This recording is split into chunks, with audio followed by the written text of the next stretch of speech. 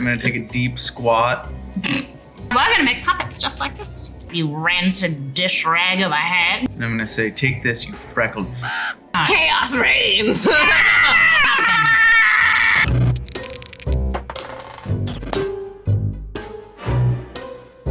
Hello, my pretties, and welcome to Questlines, Hag Shot or Not. I'm Cheyenne, I'm your DM today. I'm also a first-time DM, so added pressure. We're live on Twitch, but it's gonna be great. I'm very excited for today's game. We must mention that we are rolling live from the unceded and traditional territories of the Musqueam Nation, and that it is a privilege to work, play, and create on these stolen lands. Now, today's one shot. It's all about hags. And so a little content warning for all our viewers out there. We might wander into a little bit of light cannibalism, maybe some violence against children, maybe some ripping off of babies' legs and chewing on them like you just were drunk and went through the drive-thru at churches. So, if that's not for you, go away. You don't need to watch this. But if it is for you, welcome, you crazy little freak. So, I am so excited to be at the table with these four absolute lunatics here. Love you all, you hags. Also, look at this makeup by the lovely Sarah Elizabeth and Lala and the wigs. Everyone's looking amazing. I want my hair like this all the time. Oh yeah, oh yeah. So I'm gonna jump right into it. Okay, today's story takes place deep in the Nettlebrine Woods, which is sort of a boggy, marshy, old, ancient forest. One of those forests where if you're wandering around at night, you would go in a circle many times. You wouldn't be able to find your way out. So in the middle of this forest, there is the ruins of this old fortress. And particularly, there's these triangular ruins of an old tower. Inside these ruins, which are now overgrown with roots and bog mush and trees and vines and bugs, is a witch's lair, a hag's lair, a coven. Inside this fortress lays 4 sleeping hags. Who do we have over here? This in the, we're in the west corner here. Who do we have over here? I'm just coming out of a bubble of water because I sleep in the pool at the back that I share with my sister. And I blow a few very snotty bubbles out my nose. And I am Sargasso, the sea hag. Ooh, welcome, Sargasso. And as you said, joining you in your little pool in the corner, you have your sister. Who's this? Yes, and you see this beautifully disgusting hag come out of this leechy green water, and it just leaves a residue all over her skin, and she comes out and kind of goes, it just like lets it go and then kind of eats it a little bit. And this is Beryl. I am a green hag. I love to hang out in a mossy swamp or a bog. You'll find me in the forest any day. Ooh, welcome, Beryl. Thank you. And in the northernmost corner, it's a little chilly up there. Who do we have? We see a petrified carcass of a old moose. Prehistoric, probably. I used to ride this moose as a mean of transport, but it stepped on my toe by accident, so I slit its throat and made furniture out of it.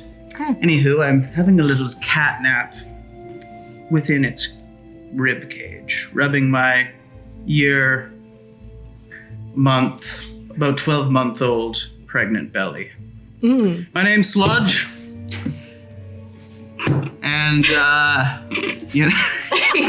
And I'm an alcoholic. Pretty much. Sludge is the name, and killing babies is my game, baby. Welcome, Sludge. We're happy to I'm have holding you. on to this one, though. We'll see what it looks like. And in the eastern I'm a corner, snow hag. Represent. Snow hag, yes. In the eastern corner, we kind of have this dark, wispy shadow. It's really dark in that area, but we can see that there's lots of nice, refined things. Who do we have sort of resting in that corner? My name is Hespia Maron Obscura. I am the Coven's Night Witch. and I am crepuscular, and you never quite see the edges of me because I'm always a little bit like a shadow. Soft edges. I sit on people's chests while they sleep, and I suck their energy through their mouths and give them nightmares so that their sleep is never restful, slowly driving them mad. I think I've met you before. Yeah. I'm your sleep paralysis demon. Oh, yes, Yeah. we have met you before. Yeah, So or nice like to have when you here. wake up in the middle of the night and that like unfolded laundry on your chair starts to suddenly look like a demon. That's my favorite game. Oh, that's so lovely. Thank you for a good trick. joining us. Anytime. So this coven of hags, I believe, is called the Hagamuffins, correct? Yes. You're a coven of 4, which is a little bit unusual in this land. Usually covens come in 3s. Why do you have 4 people? Well, It's a funny story. Oh, tell it. Yes. And so my good sister Beryl and I, we love the water. We do. We do. We're swimming sisters. They're swimmers. We got very tipsy one night. One And night. She's telling a story. Alright. Let her tell a story. I was on room the case. even. Oh, unbelievable. I can't go on. You tell it. Okay, so we were very drunk, you see. And our dear third sister, who is also a water one, got into a little bit of a fight with some local heroes. Spit a little bit.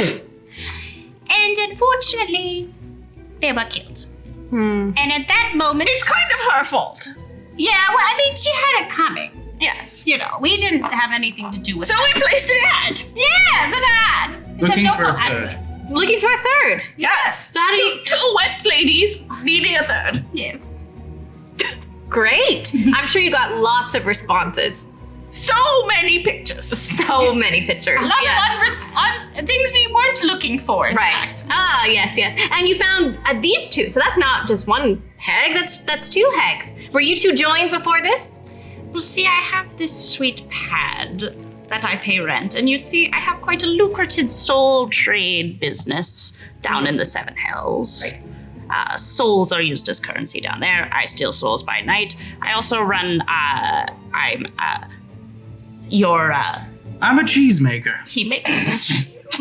It's very special cheese. It's an acquired taste, but once you've had a bite, you're coming back for more, baby. But you won't Maybe. find anything fresher. The milk comes from Oh, excellent. the perpetually lactating breasts of my business partner. So I sell the cheese in my shop front window. I don't quite care for it. Well, It's an acquired taste. Cheese. like I said, Anyway, so I have eat this it all the sweet time. It's pad. pretty much all I eat. I needed more money because I'm very, very greedy, you see. And so I offered them a slightly discounted rent if they came in. Yes. They have to sleep in a hole together. So this is an economical choice for there to be 4 of you, essentially. I mean, with inflation, and Yes, but this you makes know, I like to make something wonderful about this. In fact, I made us coven bracelets. Friendship. Oh, will. wonderful. That's so There's cute. one for you. All about the arts And one for you. Great. Are those children's finger bones I see? There. Phalanges? So we got children's finger bones A and knuckle? toes, human hair, and baby teeth. And Wow. if you look at the teeth, I have scribed into them the Hagamuffins. Adorable. isn't that- I even have one for you. Oh my goodness, thank you. Well, I'll proudly wear that. Gorgeous. Very thoughtful of you. I might do all Gorgeous. that. So on this particularly damp, weird morning, all 4 of you have awoken with a bit of a start. You know that feeling, you're probably very familiar with it because you invoke it on mortals all the time, that feeling where you feel like you were just falling and you sort of wake up with a start. Oh, I researched what this was called so I can use it. Now I don't remember what it is. That falling feeling. We'll call it that falling feeling. Yeah. And we're live, baby. So you wake up with that feeling, and it's quite disturbing. Now all of you like gross, disturbing things, but you're all pretty rattled. Can I get you all to roll a d6 for me? Oh, yes. My dice have little skulls in them and I'm so excited. Excellent. I got a 6. A Not 6. much of a counter. Oh, a A 5. 1. Oh, dear. A 5. And what do you have there? The regular looking dice. The Oh, plain of old, course. plain old stupid. A 2. So Beryl actually both, and Hespe, you both have high scores there. You immediately sort of shake off the feeling, go about your day. You're not feeling it too much. You two, you have that hangover dream feeling where you feel like you had a little bit of a weird dream. Now you can only see pieces of it. You see an avalanche, which would normally thrill you. I like that. But you feel physically the pressure of that avalanche, and you feel like you can't really quite catch your breath. It's very odd, very odd. Maybe it's indigestion from the pregnancy. You're not sure, but you're a little bit shaken. You don't eat your own cheese, do you? Yes, I do. Oof, high methane output for that cheese. Sargasso, Darn tootin'. you remember very vividly your dream. You're swimming in a very salty, beautiful, kelpy sea. And you have your fish nets, your big nets that you use to catch other creatures. When all of a sudden, you can feel sort of a riptide come and hit you. And your net, you get caught up in your own net. And the more you struggle, the more caught up you get. And you can feel yourself sinking slowly to the ocean floor. And you can't breathe, you're trapped, water is filling your lungs. And it's just at that moment where you hit the floor that you wake up. I'm gonna shoot a very nasty look over at Hespia. Sister, why would you do such a thing? What is this thing that I have done? You've made a beautiful dream of fishing in the sea into something so isolated and sad. My darling, I would love Just get into it. I would love to take credit for such a thing. However, that was not me. We're going to pay rent. She's doing this because it's late again. You didn't give her the coppers. Oh, well, I was busy making friendship bracelets. So one of you definitely I've paid. always, But I'm like, yes, you are late. I've always told you to welcome death with open arms. You know, our lives are pretty shit. So as the bickering continues, you're looking for your coppers. You're mad at your sister Beryl here for not paying the rent. You're a little bit confused because you know that you put these dreams on them. All of a sudden, your cauldron, which is in the center, bubbles and makes a big burping sound. Oh, And you all sort of snap out of the weird morning that you're having. And remember, What do you mean? today's the day. Today is the day of the ritual. Oh, that's what was on my calendar. It's been 99 years. It's about damn time. and 364 days since you last each stole a child, made a coven ritual sacrifice, and renewed your magic for the next century. I love ritual day. Maybe you're just leaking nightmares because you're weak. So that's Sort of like when you pee. Perhaps I my... have a very weak bladder. It's only when you make her laugh really, really Warms the hard. tub, though, doesn't it? It does. It's very, I like to, ruminate. Perhaps I like my that, soul yeah. bag has a hole in it. yeah. So you pick up your soul bag, and it's actually it's more than a hole. You can see like a little a crack all the way through. Like the skin is getting so dry that it's splitting. And Beryl, you're looking for your coppers, and as you dig into your bag, 3 of your nails break off. Oh, my nails, my beautiful nails. How will I pluck the eyes of the children? More Sargasso, B vitamins. You look into the pond that you were once sleeping. You see your reflection. You're getting kind of cute. I was gonna say, something's different about you. Your rings. This is unacceptable!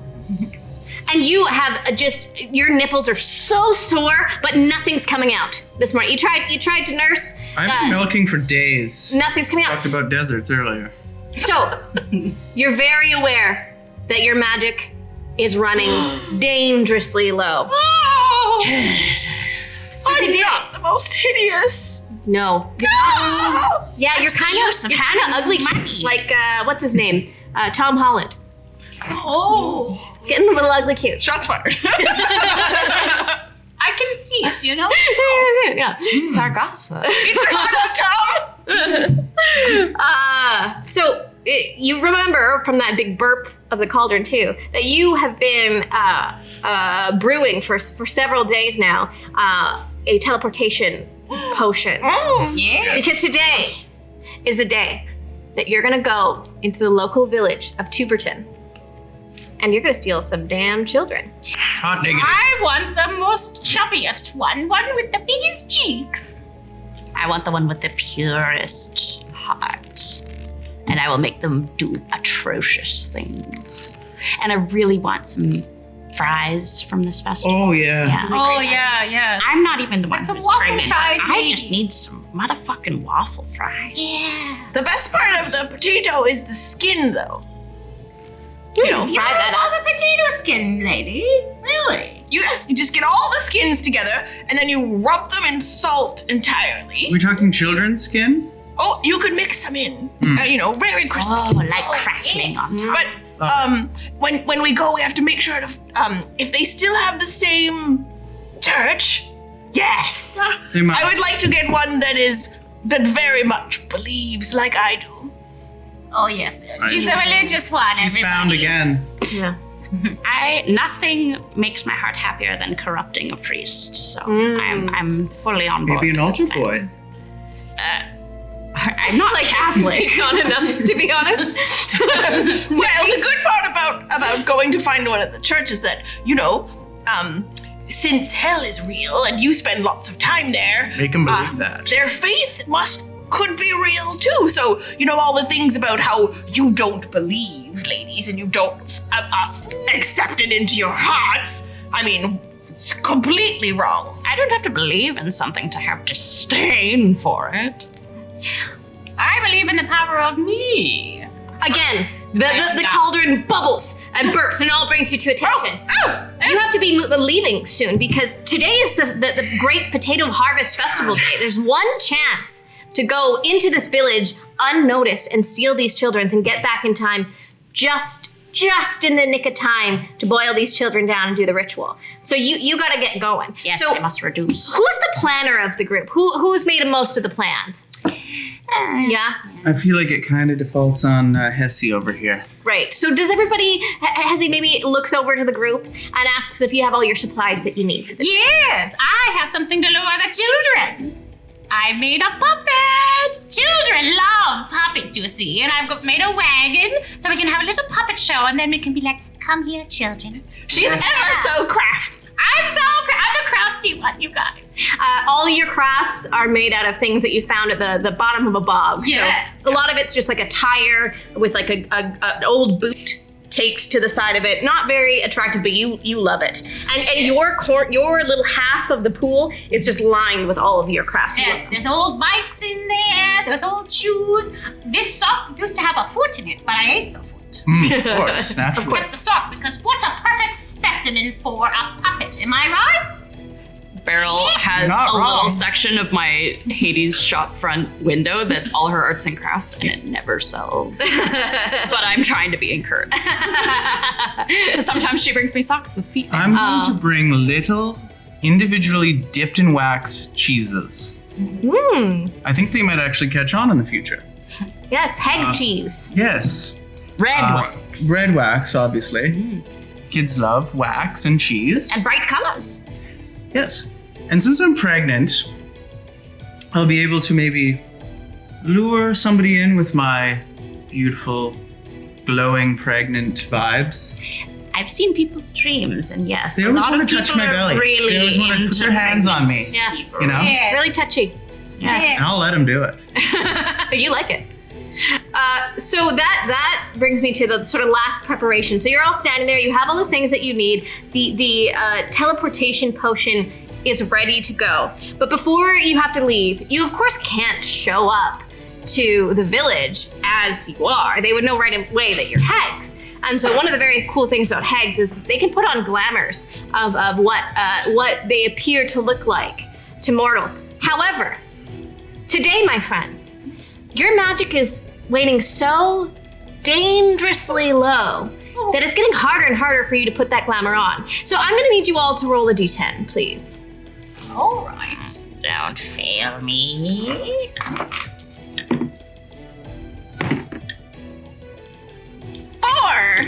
4. 6. 6. Oops, that's not. Wait, this isn't a D10.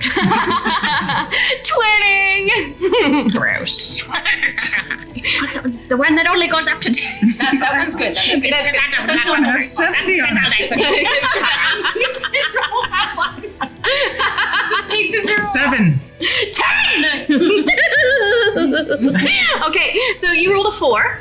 So you're, what do you normally sort of transform into? As a sea hag, I can only ever get slightly less ugly. Right. I can never really look like a fair maiden. Like I used to be as a fisher girl. So I guess instead I'm going to aim for Tom Holland this time. Tom Holland. But, with a fishing rod on my back and all of my nets with me. Great. So you try and do your little glamour, and when you come out of it, you actually look like a sophisticated Frenchman with a really twirly mustache. So that's what you got today. That's all your magic can do. That's who you're gonna be. Oui. Lauren, you rolled a 6. I did. Great. So you try. What do you normally look like when you do your? I look like your friendly grandma. You know, a bit plump, a bit stooped over, but really, really good to give you a good old hug. Great. My plan is to lure children in with my warmth embrace.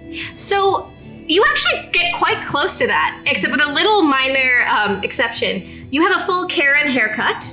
Oh no! And a lot of bedazzlement on your shirt. So you're a little tacky sort of Karen, Florida Karen vibe. So many sequins. Yes.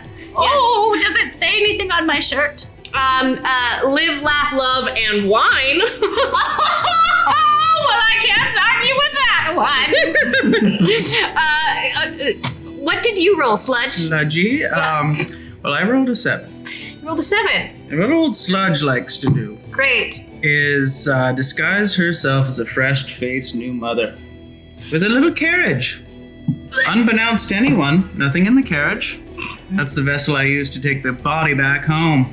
You know, you might have a little bit of luck with what you actually ended up rolling and what your magic did. You're a very rotund woman with a lot of frizzy brown hair. That checks. Big spectacles. So, mid-30s, very, very frizzy, kind of frazzled, mousy woman is what you kind of roll out as. Meek. Yes. Might be a little bit... Unassuming. Yeah, it could work for you. That's what I'm going for. Beth, what do you normally... What? Is there something on my face? What do you normally get? What do you normally come out as? My form, I can either present as a small or medium female humanoid, either in child form or in lady form. But I've chosen to go with lady form. And I look like if Eva Green was a Disney princess. Just I take a look at these guys and then I just start my and then the whole Sailor Moon thing starts happening and it's just boo, boo. And I spin and I knock all over the very expensive furniture that I bought to furnish the apartment. And I just have alabaster skin. Well, Very nice. not, you do have the alabaster skin. But in this one, you look exactly like Danny DeVito. Trying to run a business here from him. So you're a short, very short man with a balding head and frizzy hair at the sides. It's just got a lot harder. From him. So Nightcrawlers is my favorite game. you look at each other. You feel you're like, oh, this is kind of interesting. We look a little different than we normally look. But you got to get going. The sun is going away, so you know you have to get there. And your potion's bubbling. So I'm gonna get you all to hold hands. And because you're hags, you don't really feel pain too much. And so the way that you like to drink your potions is you all just at the same time just stick your head in and slurp. And keep slurping, keep slurping, keep slurping.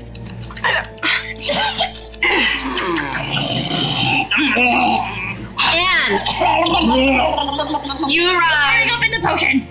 Too late. in Tuberton. Oh! Yeah, we are. Like the humanoids that I have described to you. Am I female Danny DeVito? Nope, just Do I got tits? Nope, you're just Danny DeVito.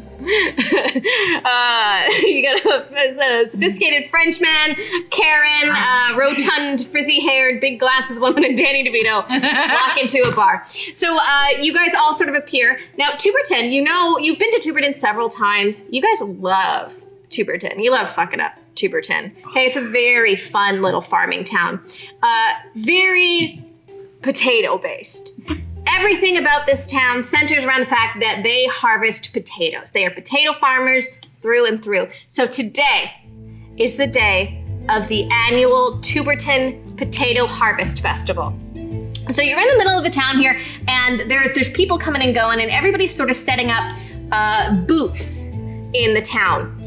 Every town business, even though it's very small, all the businesses have their own booth and they sell special items for the day. So you have things like Fully Loaded, which is the armory, which is run by the Fries. And they have lots of swords and farm equipment and stuff. And they have special deals on special miniature replicas of the town's famous hoe.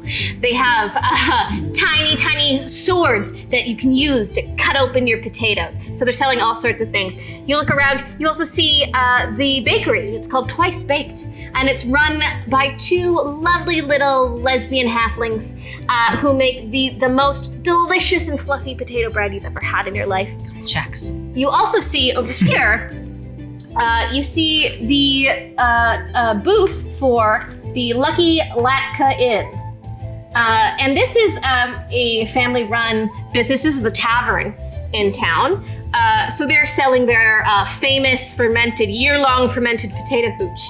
You can only get it this night. Or, if you're lucky, if you get really drunk one night with Higley Hashenbrun, the owner, you can maybe have some in the back. But you know all these people. You come in with various disguises throughout the year. But today is the best day to be in Tuberton. What do you want to do? Let's go take a shot. Take a shot. Oh, yes. Let's take a shot, ladies. Great. Yes. So you come over. You all are going to come over to this booth here that has all the kegs. And when you come, you're greeted. You see two lovely faces, round-faced, little ruddy-faced Tuberton villagers. You have Higley Hashenbrun, who is the owner, with his wife Belba Hashenbrun, and they're cleaning glasses and setting up their display. And you also see. They have two kids, but their one child, Hildy Hashenbrun, she's 11. She is not with the other children of the village right now. She's actually helping load kegs with her family. Is she plump? She is plump and she is strong. You can see her lift a whole keg above her head. Strong little girl. Is she good-hearted? She's helping her parents. She's helping her parents. Bet she's got issues. I'll wander over to the owner. Right. Which one of them is at the bar? Great. I think that would be Belba. Belba's there. Hello, love. Can I help you? Mon Dieu, we would like to have the sample of your best potato hooch. Oh, absolutely. We got some right here. We'll take 4. Take 4. Oh, wonderful. We're happy to have you. Hildy. Hildy, can you get 4 glasses, please, Hildy? And Hildy kind of appears from under where all the kegs are with 4 glasses in her hand. She also has like a whole other jug of hooch under her arm. She's tiny, but she's mighty. Thank you so much. Here's your 4. That'll be 3 copper pieces, please. Who's paying? Not me. I'll do like a feigned pat, hoping that somebody else gets it before I get to my wallet. Reach into one of my somewhere, coffer somewhere in here. Oh no! Don't say it came all the way to the fair and you don't have any coin on ya. Did you take any cheese? I'll put 3 fake. They're very good fakes, but I am very miserly. So okay. So are you trying to deceive? Can you roll a deception check? Deception or sleight of hand? Whatever you want. I was hoping you'd say that. Oh, sorry, sleight of hand. That one. That one. 21. Yeah. So, Belba's a fun-loving woman. She doesn't expect anyone to rip her off, so she just immediately takes the coins and puts them in her apron pocket and hands you the shots. And she waits eagerly to watch you drink it. And as she's waiting, her husband Higley also comes up, and they both have the kind of similar face of they're just waiting to see if you like it. Sisters? To the adventure! And that's our last name. Oh, yeah. Sister, so that's a lovely last name. My last name's Hatchenbrun. Oh, lovely. I grab my crotch to remind you that I'm actually a dude right now. Sisters, family, also with men. Yeah. Yes! Killing to the great children. adventure. Having children. I mean, wait, she's not pregnant. Don't know that. Are you sure that's your first drink of the night? You're talking. It won't be the last. Excuse me, don't insult me. I am a Karen. And I will have to speak to the man. I'm sorry, you're a what? Karen. Your name's Karen. It's so nice to meet you. My name's Belba. Close. But as you can tell by my shirt, was it eat, pray, love, wine? Live, laugh, love, and one. Eat, pray, love. Maybe your shirt magically changes to whatever you say every time. All right, I'll just look it up. is there any way else you can suggest that would have some confectionery? Somewhere where, children with sweet tongues would want to go. So Higley pipes up, the man. Oh, right, I do know where you could get some nice sweets. You can go to the confectionery. You can go to the hashery, as we call it. It has all sorts of different things that you can eat. It's run by a lovely fellow named Colin Cutworm. And as soon as you hear Colin Cutworm, you can see Belba go, and catch yourself. Yeah. Yes, it's great. You see Colin Cutworm, he's great. So they kind of point in this direction. Can I insight check that? Sure. So,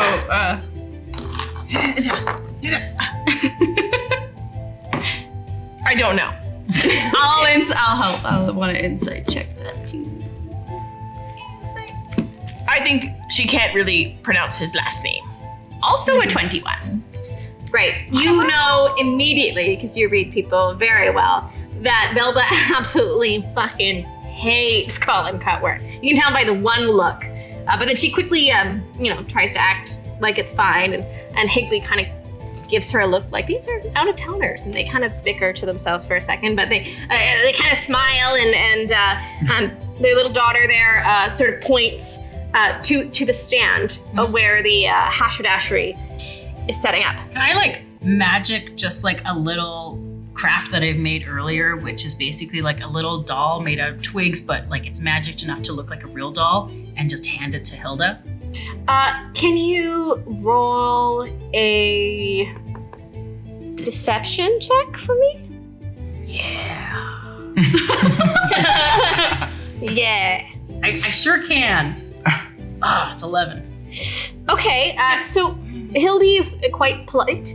And so she you offer her something and she holds out her kind of weirdly strong hand and goes to take the doll and then grips it a little bit too tight immediately. It sort of just falls into wood chips. And then she goes, thank you. Oh, I just love children and I Surprise! have fun. They're supposed to do that. Oh! They go, poof. You see, where we come from, wood chips are the choice Very lucky. fun of children. With children. Well, thank you kindly. She kind of looks up at her mom. Her mom's like, just go get another cake. Now they're Scottish. Sort of a mixed village. So, Potatoes. It's the potatoes. with the festival in town, who has been awarded the prize of being, as a potato of the year?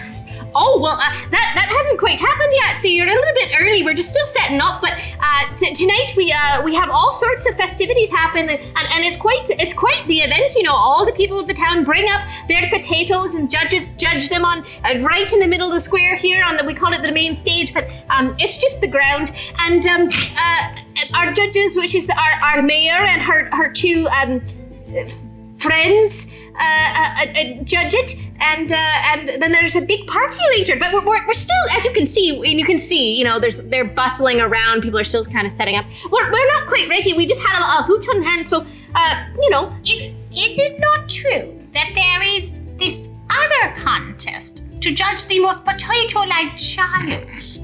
Oh, that used to be a thing here, but unfortunately, we had a really bad outbreak of diabetes amongst the children because everybody was trying to fatten up their child, and it got to be not very healthy for everybody. So we stopped doing that one, but don't worry, the little ones of the town will still be performing tonight. You can't miss it. Oh, I guess you stopped that in summertime and last 100 years. Well, what made me fun anyways? We just love watching children in pageantry. And she turns to look at you, and she forgot that looked like Greenverse. she forgot that Hespe was there because he's so small as Danny DeVito. Just on the top of my balding head, and like the daughter is tall. yeah. Feel free to come back and get some more hooch as the night goes on. But if you want to go to the Hashtree, I see Colin's there, and he's unpacking stuff. So maybe you could find some sweets or whatever fancies you. All right, thank you. And what was the other thing called that had the swords and things? Oh, that was Fully Loaded. Fully Loaded. Okay, I think I'm gonna go to Fully Loaded first. You're gonna go to Fully Loaded. Okay, great. At Fully Loaded, that's gonna be just, I think, over here. There's sort of like a blacksmith area, and there's just a man there, sort of setting up all his sword displays. Mm-hmm. Are you guys going with him? With her? With Karen? With Belbutt? I wasn't planning. No, you're not Belbutt. You're Beryl. Wait, what is my name? You really confused me. I confused myself by giving you alternative looks for me to remember. Considering you're probably visually the least offensive person until you open your mouth, at least. Yes? In our disguises. Where's this Colin character? Colin's gonna be at the Hashtree. So that's this booth right here. I would like to go over there. I want to talk to Swords and Things man, because I want to find out about their hoes. I've heard that there is a golden hoe in this town. It's the perfect hoe, and it's how they make all the potatoes. And because I'm a hag, I kind of like usher my sisters in, and because I'm a hag, and because I love to spread destruction and despair, I want to take their nicest hoe, and I want to sow despair on the crops next year. Love it. I will help you. Oh, Yes, I will go to help you if you'll come with me to the church after. yes, all right. I'll help you find a little pious child. And maybe pray. I'll wait by the door. Is this an evening festival? What time of day? Yes, it happens in the evening. It's about it's about, what time did I say it started? Let me check. Okay, so we're at about 11 a.m. right now, and the festivities don't really start until 2. So you have a little bit of time to do some recon here. As soon as somebody naps in the general vicinity, I would like to, maybe I can periodically roll a perception check to check for napping people so Sure. that I can suck some soul. I'd also like to do a quick perception check around us. Who's prettiest? Oh, okay, sure. Do a nice little perception check. Darling, is your sack kind of like a bag of holding? No. It's, sorry, I'm Danny DeVito. Yeah, only for souls. Souls only. You gotta pay the hag toll to get that soul into my soul. Soul. The boy's soul. What did you get for your perception check? 3. So to you, everybody doesn't look like a hag. So everybody looks pretty to you. So you can't really discern. Everybody looks like what you think like a movie star would look like. They're all hideous. I know, I can't stand them either. Hey, I got a question. with this bod, do you think I got a shot at winning the potato contest? Oh, maybe. There is no potato contest. Not for the children, but for the adults. Yes. See, they seem to be worried about the body perceptions of children, so they stopped doing that, which I mean, not a person. Clearly, I am a child. I am a large man baby with a temper Hey, you could win. and bright tits. Yeah. So you're having this conversation as you're all sort of wandering over. You all just start following each other. You've been together for 100 years, so you kind of keep doing things together, and you're all sort of ended up over at Fully Loaded. And we have to work hard not to do our hag walk, Yeah. where we all. And instead, I'm trying very hard. I will roll performance. Right. I will walk like as a French man. Yes. Let's see how well you're doing at not showing your head. Actually, everybody roll a performance check for me. 4. And I'm gonna give you inspiration. The chat gave you inspiration actually, so you can re-roll that one to see how well you're doing. What's 9? 9. 23. What is 23. You are Danny DeVito. No one would ever know that you're not Danny DeVito. You're doing okay, but you catch yourself trying to look at your reflection in glass to see how you're doing, and that action alone is a little weird. It's a little weird. 10? That's the highest. That's the highest? Yes, of my 2 rolls. Oh, great. So you're kind of the same. You're doing okay, but every once in a while you find yourself just really hunching over, like you have to keep cracking your back up because you keep hagging down. Yeah. And while this is all happening, and you're all sort of becoming aware of that, and you're arguing about whether you would look like a good potato or not, you come across these two this married couple here in front of the Fully Loaded booth. And they're just staring at you. Hello. Hi. Do you live in this town? Do you have children? Oh, wonderful. What are your names? Fry. And? Well, that's her last name. We're both Fry. Oh. I'm Paul Fry. This is my wife, Melva. Hi, I'm Melva Fry. And they look like they could be siblings. Mm-hmm. But they've said they're married. Small town. It's a small town. And so as you're standing there in this kind of awkward exchange, they don't really say much. From behind the parents in burst 2 little tiny humans running around, and they have giant swords on them. Giant swords. So they come bursting through, and they come at you with these swords. What do you do? I'm gonna sidestep. Sidestep? Yeah. What do you do? I will fall to the ground and scream. Fall to the ground. A true Frenchman. I'm gonna try to throat punch one of them. Can you roll for that? Can you roll a d20 for me? 13. Oh, shit. So, these 2 little humans that come running to you, they're twins. They're named Philibert and Flavis. And they're the Fry twins. They're 8 years old. And with that instinct, you kind of uppercut Philibert, and he just immediately falls back, and that sort of stops everybody. Flavis drops his I'm gonna sword. try to cover it up and go, oh, you slipped, you poor thing, you're so clumsy. Let me help you. I saw the whole thing because I'm a Karen. And my opinion is more valid than anybody else's. And the floorboards. They slipped. Yes. Oh, they poor. And the saw parents it? are kind of sitting there, and they're like, "Okay," like they don't give a shit. Like they're just like Small town. And Flavis leans into his brother and says, "Are you okay?" "Yeah." And then just pulls him up, and they just run off into the distance. Those are our kids. They're a lot. They certainly are. Can someone help me up? Oh, here. Yes, you're this floundering. brother. Our brother. Bonjour. Bonjour. You want to buy a sword or a replica hoe or a tiny sword? Friends, I've heard that you have the most amazing hoe in this town that you use to harvest all the potatoes. Is that true? Oh no, we have replicas though. That's in the church. That's That's in the church. in the church. It's the actual one, but we have ones that look pretty good, pretty much like them. Is it a holy relic? Some things.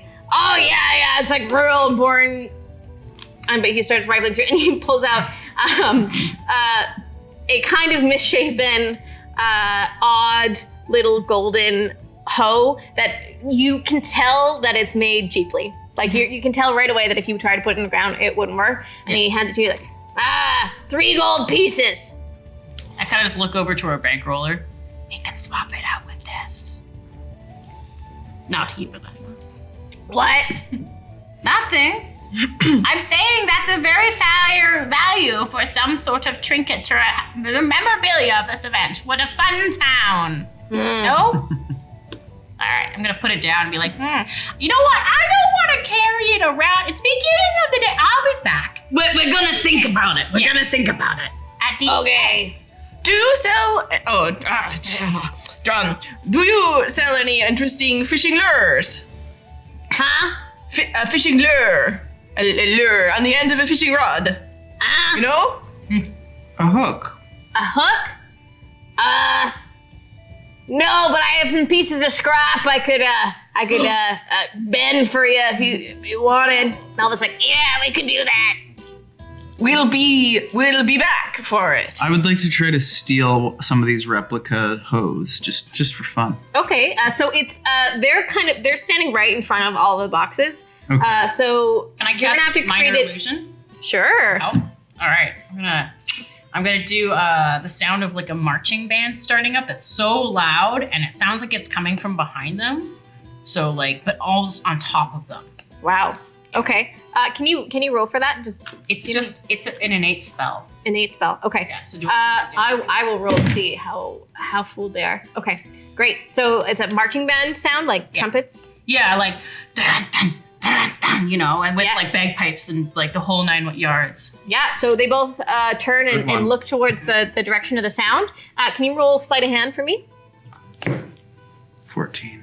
14. You know what? That's gonna do it. With the combined efforts of you two, how many do you want to steal? Just a handful. Just a As handful? many as I can get. Great. You do it without any problem. Did you get one of the hoe replicas? Yes, lots of them.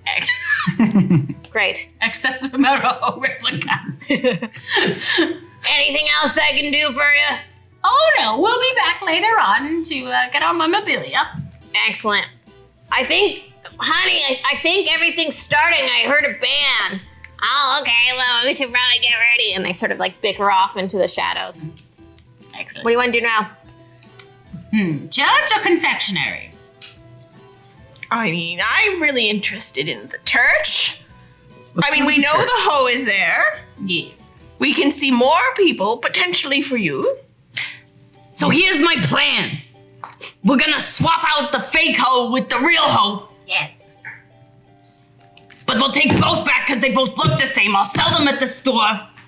And I'm gonna take a dump where the real hoe is supposed to be because I'm Danny DeVito. So as you're making this plan, 3 figures kind of rush through you right into the middle, and they're all Children. They're all arguing. They're all sort of arguing and waving. You got one slightly shorter man who has a big clipboard full of different papers. You have a sort of elegantly dressed woman who has a glass of wine and she's kind of doing this. And then you have like a grumpy farmer man who's standing there. He looks like he could be related to the man with the clipboard. And they are arguing. I'm telling you, we have to start now on time or everything's gonna be all screwed up. I've spent years building this together. You haven't spent years. It happens every year. Spade. And they're bickering back and forth. And the woman's just kind of standing there like, Does she have any wine on her? She does. She is fully drinking a glass of wine right now. I'm gonna slide up beside her and gesture to my shirt, which now says "Fuck, Marry, Kill" wine, and be like, Oh, hello, friend. Where did you get that delicious looking? Oh, hello, lucky traveler. Thank you for coming to a beautiful city. I got this wine from my house. I'm the mayor. Nice to meet you. Oh! Gertrude Hasselback. Oh, lovely. It's such a pleasure. Gulp, gulp, gulp, gulp, gulp. Gentlemen, shh. We have guests. Hello, guests? Yes, we're a family of siblings here to enjoy your town. Oh, Spade, you know that this must be Hot Chip, the band. Hot Chip. Are you the band for the entertainment for later? Do we go? Yeah, yes, we are. Yes. But of course, I am Tom's sisters, and these are I'm the manager. I played the synth. Yeah, great. I complain about things and it's a spoken word poetry. Oh, lovely. Thank you for coming to the festival. And Spade he's like rifling through his clipboard, trying to find all the agreements for Hot Chip. And you see that he gets to that page and he's like, I don't think this is them. and I think that you're supposed to give us some payment up front.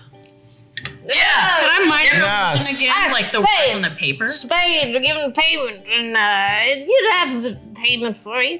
And Spade's like, well, I can't find anything on my papers. So say I can't find anything. And he's going through and he's rifling. And as he's rifling, a bunch of papers fall out. Can I roll sleight of hand to steal some? Yes, a bunch of papers fall. Oh. Oh no! Roll sleight of hand and see if you can pick one of these up and pocket it. All of us? 19. Yes. 19? Yep, you get it. Sleight of hand. Oh, it's gonna be one of those days. 12. 20. 20? So I can dig it. 11. 11? Okay, so he looks down to you as he's trying to collect it, and he holds it at the same time as you. So what do you want to do? Are you going to give it to him or are you going to take it? I'm gonna tell him and let him take it because I can't read. Ah, great. Can you pass me back one of these? Oh. Go, lanky one, go. I just So I don't know picked it up for you. if the camera can see it, but that's what the paper looks like. So he's like, oh, thank you. Oh, God. And he's And I'm sure it says that you owe us some money and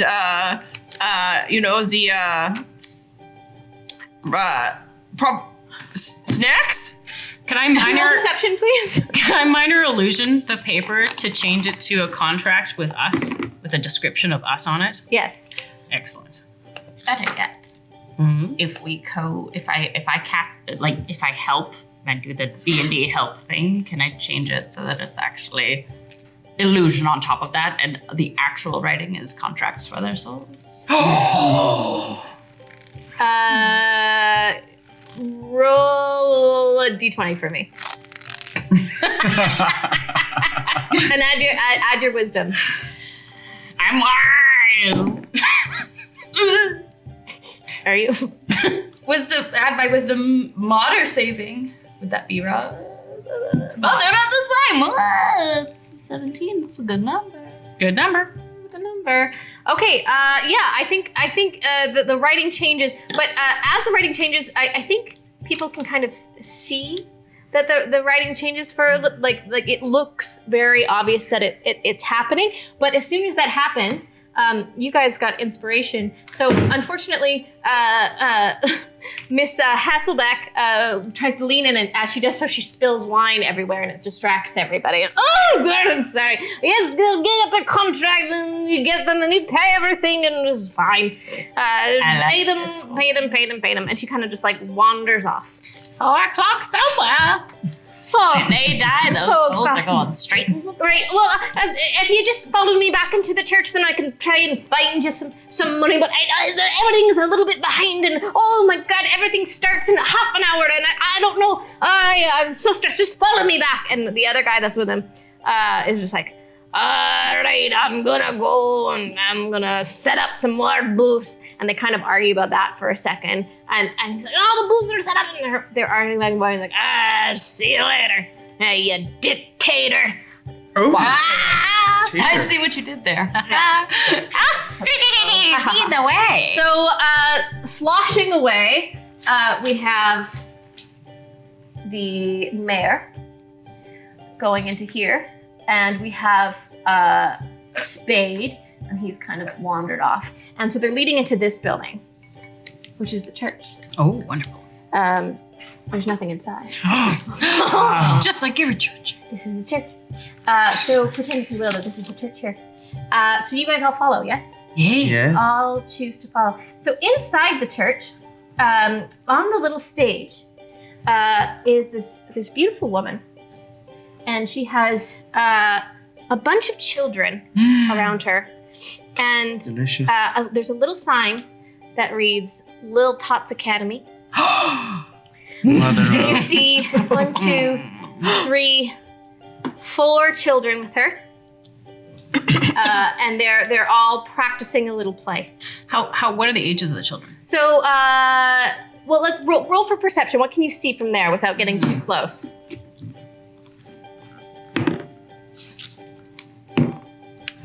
15. 15, Oh, 3. 3, Natural 20. Nat. I'm rolling great today. I'll mark it. It's like 16. magic. Your ability to get into people's minds, you have this focus and you zoom right in, and you can see these 4 children very clearly. You see Boris Haschenbrunn, who's the youngest son of the people that run the Latka Inn, the Lucky Latka, and so he's Hildy's little brother. He's 9 years old. He's got brown curly hair, brown eyes, and he seems just very bright. Beside him, you have Florence Fry, who is the older daughter of the Frys, who run Fully Loaded. She's 10, and you can tell immediately she's just hard as shit. She has seen some stuff. She has those 2 twin brothers, and she is just like ready for a fight, and she's just a tough little kid. She's a little disheveled. Beside her, in her shadow, is little Miranda Starchfoot. So she's Spade's daughter. She's 7. She's got big ears, just like her father.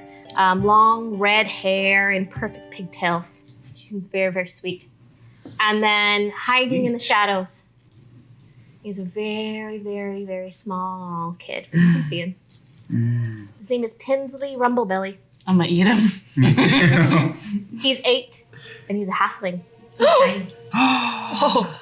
He's got blonde hair and blue eyes, and he's very shy. And the teacher in front, Miss Gratin, she is really trying to coax him out. Come on, Pinsley, it's okay. You know your lines, Pinsley. Come on, Pinsley. And he's just kind of like hiding in the back. And little Florence, the tough one, is just like, this play is stupid. And she sounds just like her mom and dad. And the other kids are kind of just like bored. And you can tell Miss Gratin's getting a little flustered. But you're behind the mayor and Spade. What do you want to do right now? The mayor's kind of mumbling and drunk. I would Tell me like which one's the to. fattest one. I would like to use Mage Hand to kind of shove the little one into the spotlight a little bit closer to us so we can get a better sniff. Can you read Mage Hand for me? How does that spell work? Absolutely. A floating hand appears at a point you choose within range. The hand lasts for the duration or until you dismiss it as an action. So It's just a floating hand. you'll see it. So everybody will see it. Can I use like my What- illusion magic to make it look like just a shadow instead of an actual hand? Sure, but you're gonna have to pull from the coven pool to do that. Do you want to do that? Oh, because we're low. Yeah, your magic's running pretty low. So do you want to pull from the coven hole? Is it worth it? It's gonna be I think I can sniff him from here. Yeah. Well, I'm okay without it. All right. Stay your hand, sister. This is where if I was in my usual human illusion I guess we don't wanna give form, ourselves I could away. coax him out with my sweetness of my voice. But I'm Danny DeVito. What's this play about? What is the plumpest child? Is there a troll? Can you roll another perception check? Because you've come in a little bit further now and you're kind of not paying attention to the mayor. Yeah. And people are actually starting to rifle in. You're realizing that it feels like things are going to be starting pretty soon. So you're getting close to the stage. So roll another perception check. Yeah, 10. 10? Okay. You can see, even from the distance that you're at, that Boris is definitely the fattest. Boris. Boris is definitely the fattest. He looks well fed. And he's, how old is that one? 9. 9, okay. Yeah. Perfect age. Yeah. Lump. I want to like stumble towards the front and take the church in. Take the church in. Church in. Okay. And look around and just, has it changed much since the last time I was here? Can you roll a religion check? Gross. Oh, not good. 8. 8. It feels exactly the same. Any difference, they've painted several times in the last 100 years. Actually, they've actually turned everything 90 degrees. It's completely different than it was, but it feels the same to you, so you don't really notice. I never left. Lovely. And is there a golden hoe anywhere? Yes, actually, above the stage, in a sort of glass orb case, floating above everybody is the golden hoe of lore, of legend. And it's floating there. And actually, you can tell now from what the children are doing and their little costumes is that they're actually reenacting the tale of the golden hoe. It's like a classic tale, and Pimsley, the one that doesn't want to come out, is supposed to be the golden hoe. So you can see why Miss Grattan is just a little bit flustered. Sisters, while it would be delightful to watch these idiots perform, I'm sure they're absolutely terrible, we also could go chase other children while the show is going on, because they're going to be very busy. Well, we need 4 children for the ritual. That one's pint-sized, so he'll be really easy to drag and nab. And Boris is just your issue with fat kids, Beryl, is that they're heavier. Yes, they're delicious. Yes, they reduce beautifully. Can I help it if I'm a foodie? You are interrupted by the sound of a big horn.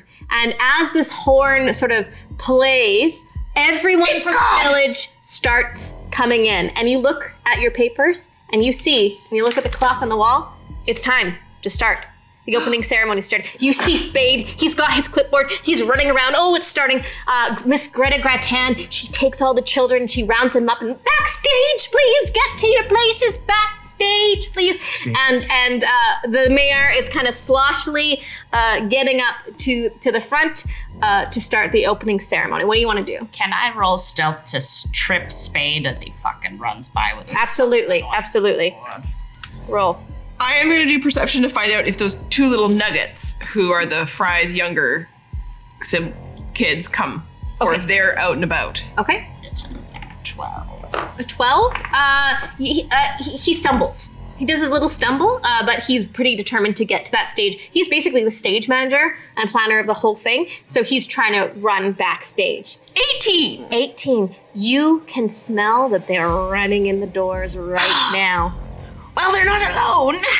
Oh, there's so many children. And behind them, you see Melva and Paul Fry, and they're all coming in, and they're all getting ready to sit in the pews. And it's a very jolly mood. Everybody's very, very excited. This is a very special time. So, what do you want to do? Are all the performances happening in this church? Yes. Oh shit. Okay. They're never gonna leave this church. Oh. Later the night, you'll have the band come out here and everybody will be drinking. But for the actual serious performances, so we have the potato contest, we have the Little Tots performance, we have the opening ceremonies, the opening prayer, that's all happening in the church. Is there any way to crawl under the stage or kind of skulk behind the scenes? You roll a perception check while you're looking under the stage. 14. You can see that there is a sort of like a latch door to get under there, but it's locked. It has a padlock on it. I'm gonna use one of my special hag abilities to turn invisible. Oh. So when I do that, I leave no trace of physical evidence that I'm walking. So I'm just gonna kind of walk into the shadows and then just Great. Yeah, and that happens. There's so many people bustling in and out that nobody even sees you sort of cast that on yourself. Is that, does a spell, like you burn a spell slot for that? No, it's just one of my actions. Just one of your actions. Great. I will burn a spell slot, and I will cast Knock, which is a sorcerer spell, because I notice you're looking over at the locked door, and I will unlock it with magic. Great. But it makes a very loud noise, Okay. and it goes, knock, when it unlocks. Okay, so I'm gonna roll to see how loud I think it is, and how, in the church. It can be heard 300 feet away. Okay. Shit. Okay, so it's pretty loud in the church. So everybody hears it, but nobody really thinks that it's weird. Everyone's trying to gather people around, so nobody actually pays attention. So you actually pull that off quite quickly. I see you looking at the door, sister. Don't worry, I have very subtly unlocked it. I have a bit of a complex plan here. Hit me. What if I was to kick Spade into the trapdoor, close it, and then I disguise myself as him? Do you have Using that? disguise self. Just kill him. Yeah, well, kill him, but I want to take on his form. Yeah. Yeah. Big- How That do only you- sounds like step one. Yeah, how does... Well, then I'm gonna lure a child away. A son of Spade? Or noticed- sons of Spades. You have noticed that while you're trying to hatch this plan, that the behind the curtain is actually very, very dark backstage, and that's where all the children are waiting. Okay. Looks like a setup for. I mean, if you want to try it, go for it. If you want to try your plan. What do you think we should do? We have. I think go. Okay. Now's our chance. Okay, I'm gonna disguise myself as Spade. Can you read that spell for me? Yes. You make yourself, including your clothing, armor, weapons, and other belongings on your person, look different until the spell ends, or until you use your action. And are you able to control that of what you look like? Rouse, do you know? Yeah. Okay. Great. can? Yeah. Okay. Okay. So I'm gonna get you to roll actually an attack roll on Spade to try and kick him into that open door. Okay. 20. Yeah. Roll a d20 and then add your, I guess, unarmed attack. Unarmed attack. In your actions, you'll have like attack in D&D Beyond, Got and it. then one of them will be unarmed strikes. And then where it says unarmed strike at the bottom there, press the +2 button. Yes. Good. Sister. Oh, it's botched. Damn it. It's Okay. because I helped you. I'm so sorry. She's cursed. Okay, so your plan was to sort of get in front of Spade and just sort of horse kick him back through the door. Exactly. What ends up happening is he's standing kind of wide leg, so you actually kick in between his legs and trip yourself. So now you kind of just slid in between his legs on the ground, and he's just standing over you. Okay, I'm just gonna kind of pass it off as though I fainted. Can you roll? What should he roll? And I'm just gonna be like, oh, I'm so Deception? sorry, Yeah, actually, I'm going to say performance. I've been waiting for these potatoes, these fries. I haven't eaten anything, so sorry, Mr. Spade. David, is it? Can David speak? His name is... that's way better. I should have done that. No, his name is Spade Starch, but roll a d20 and add your performance. 20. 20? Okay, so you say this, and he's in a moment of panic, and and then he immediately takes out a bundle of the hottest, freshest French fries for you, and delicately gives them to you and escorts you to your seat. He's such a gentleman. You just performed so well that he was like, oh, this woman's in need. He also has a thing for girls with thick glasses. And Prager Bellers, because I've read his diary while he slept. Do I see this happen? Roll perception. Oh, touch. That had no work with murder. I'm watching and I'm assuming that we're all about to like race into the back. 19. 19? Yes, you see it all happen. Yes, and I think it's sort of now or never. You have a really small window before things get quiet again. So use your hag senses to sort of look at each other and come up with a plan. I can smell the fries. And Would you like some? Well, no, as you're like getting up and he gives you the fries and he's going to escort you to the seat, I would like to swoop in my like shadowy grossness and cast sleep on the motherfucker so we can go through with your plan because I thought it was a good one. Sister. How does sleep work? Can you read sleep to me? Sleep is great. Do you have like an NPC sheet so you know what their abilities or hit points? Yes. You'll need that. Potato Man, the spell sends creatures into a magical slumber. Roll 5d8. The total is how many hit points of the creatures this spell can affect. Creatures within 20 feet of a point I choose within range are affected, and I can cast it. So roll your 5d8. It's a lot of d8s.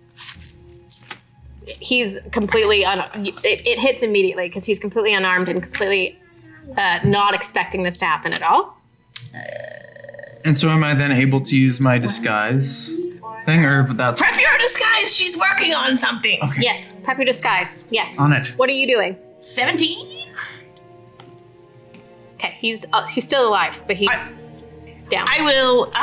I think I I need will. to hide him. Just kick him under the bench. Don't throw him in the door. You Oh, want in to the throw door. him in. Yes, door. I've already forgotten. This is my Can you all quickly roll a deception check just to see if anybody's catching on to this weirdness that's happening? 11. I'm just slowly creeping towards the stage. Great. Oh right, you're invisible. Yes. Yeah. 22. Great. 10. There's a few people in the front row that's like, oh, I wonder if there's a new play sort of happening. They're a little bit interested, but it is so noisy in there that they can't hear what you're saying. Let's just pretend that they think that we're the band. So we need to be in the back. We're the band.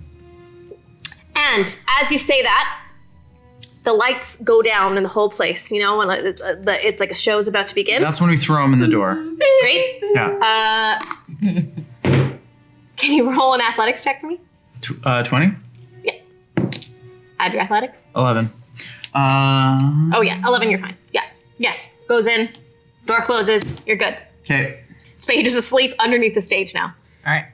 I kind of get to the curtain and I just pull it back for my sisters and come on in. Come on in. Yes. I want to turn myself into Spade. Great. You can do that. And you're going to, as we're all back there, you're going to tell the children we need to leave together for a quick new thing. Yes. Yes. Okay, let's go. Back there, you come and there's you see Boris and he's eating a latke, and there's Florence who's just kind of like kicking things backstage and kind of like ripping apart her costume. And you see Miranda, and she is ready to go. Like she's ready to like go on stage. She is completely. She knows that it's her 5 call, and then Pinsley is just like in the back shaking, and Greta is talking to him, and she's like, "Pinsley, we've been over this multiple times. You can't do anything wrong. There's nothing to be embarrassed about. Everyone's going to love you. You're going to be fine. This is a safe place. This is a safe town, and it's an honor to be doing this play." I'm gonna cast You gotta get him first. command on Greta, Okay. and I'm gonna say to her quietly in her mind, walk out the back door. How does command work? One word command to a creature you see within range. They must succeed a wisdom saving throw, 13. Okay. Or they follow command. So wisdom saving throw. Pim is Spade's son, is it? Pim's It the works. little guy? Okay, and I follow her out. Pim's a halfling. I follow her out. So you tell her. Sorry, you command her. Command her to leave out the back, Yep. and I follow her out. 'Cause Okay. I'm gonna assume her form. Oh, great. Okay.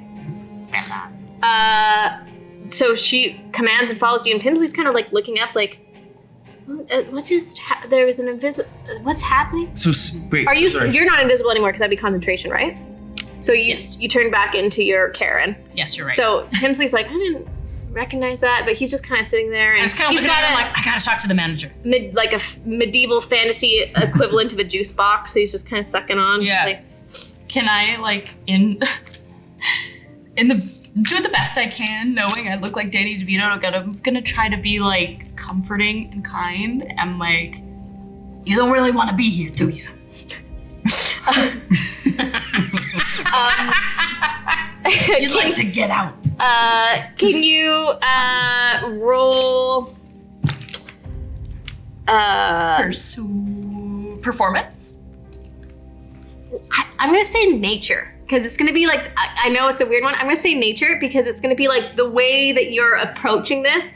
Is it weird? Like, does he pick up on the fact that it's weird, or does it seem like a very like natural thing? It's a natural 20.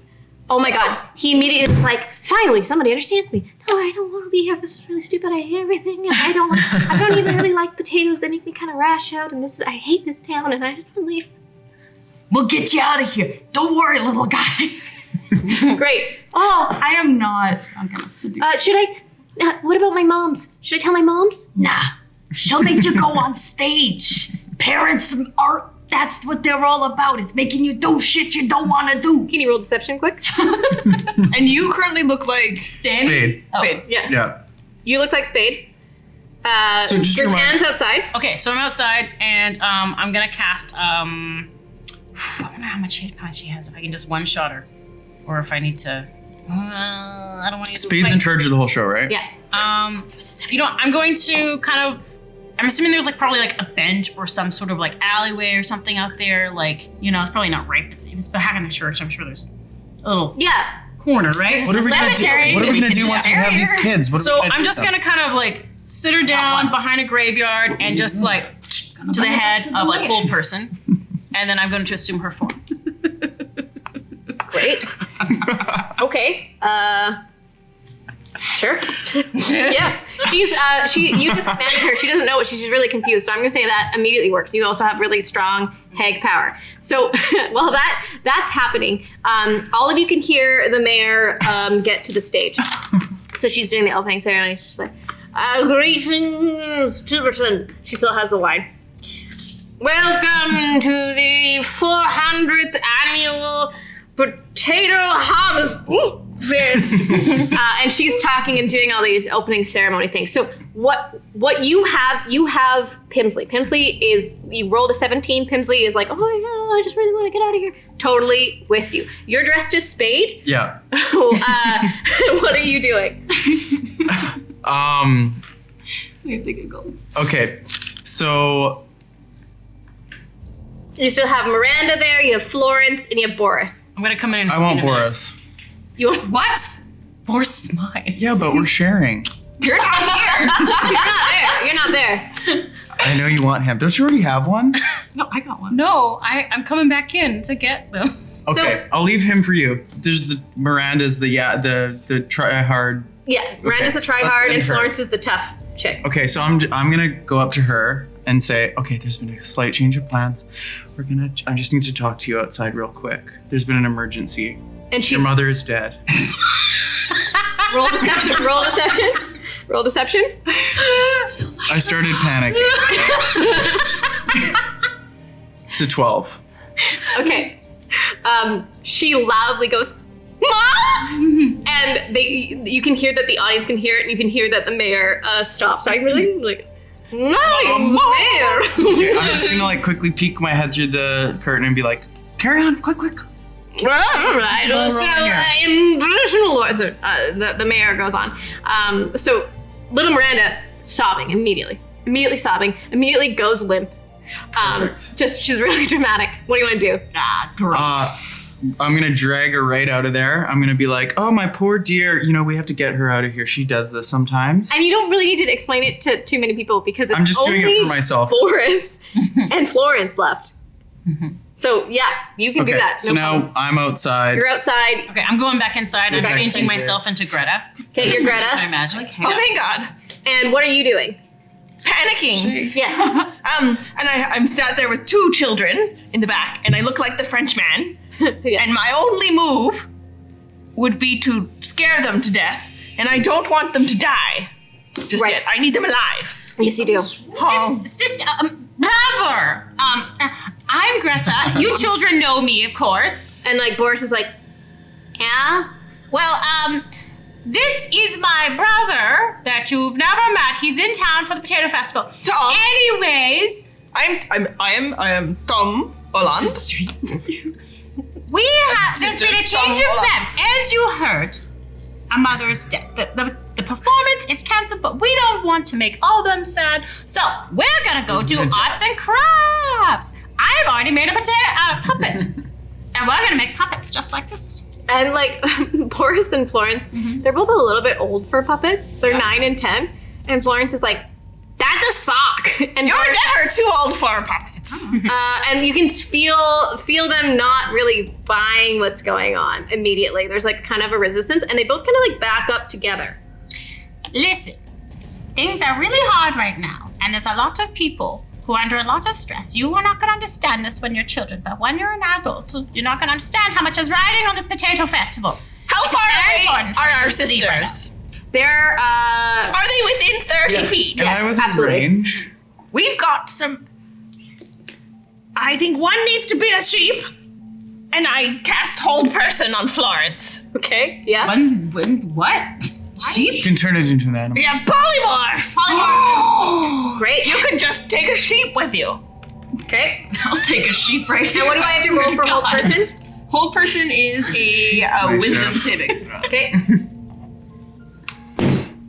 Ooh, 18. Fuck. I've got lucky. Can I use my? You know what? You actually have inspiration. You have inspiration. Wait, he needs to fail. Do you want to use your inspiration to make me roll again? Yes. I think that's 3. All right. Hold person work.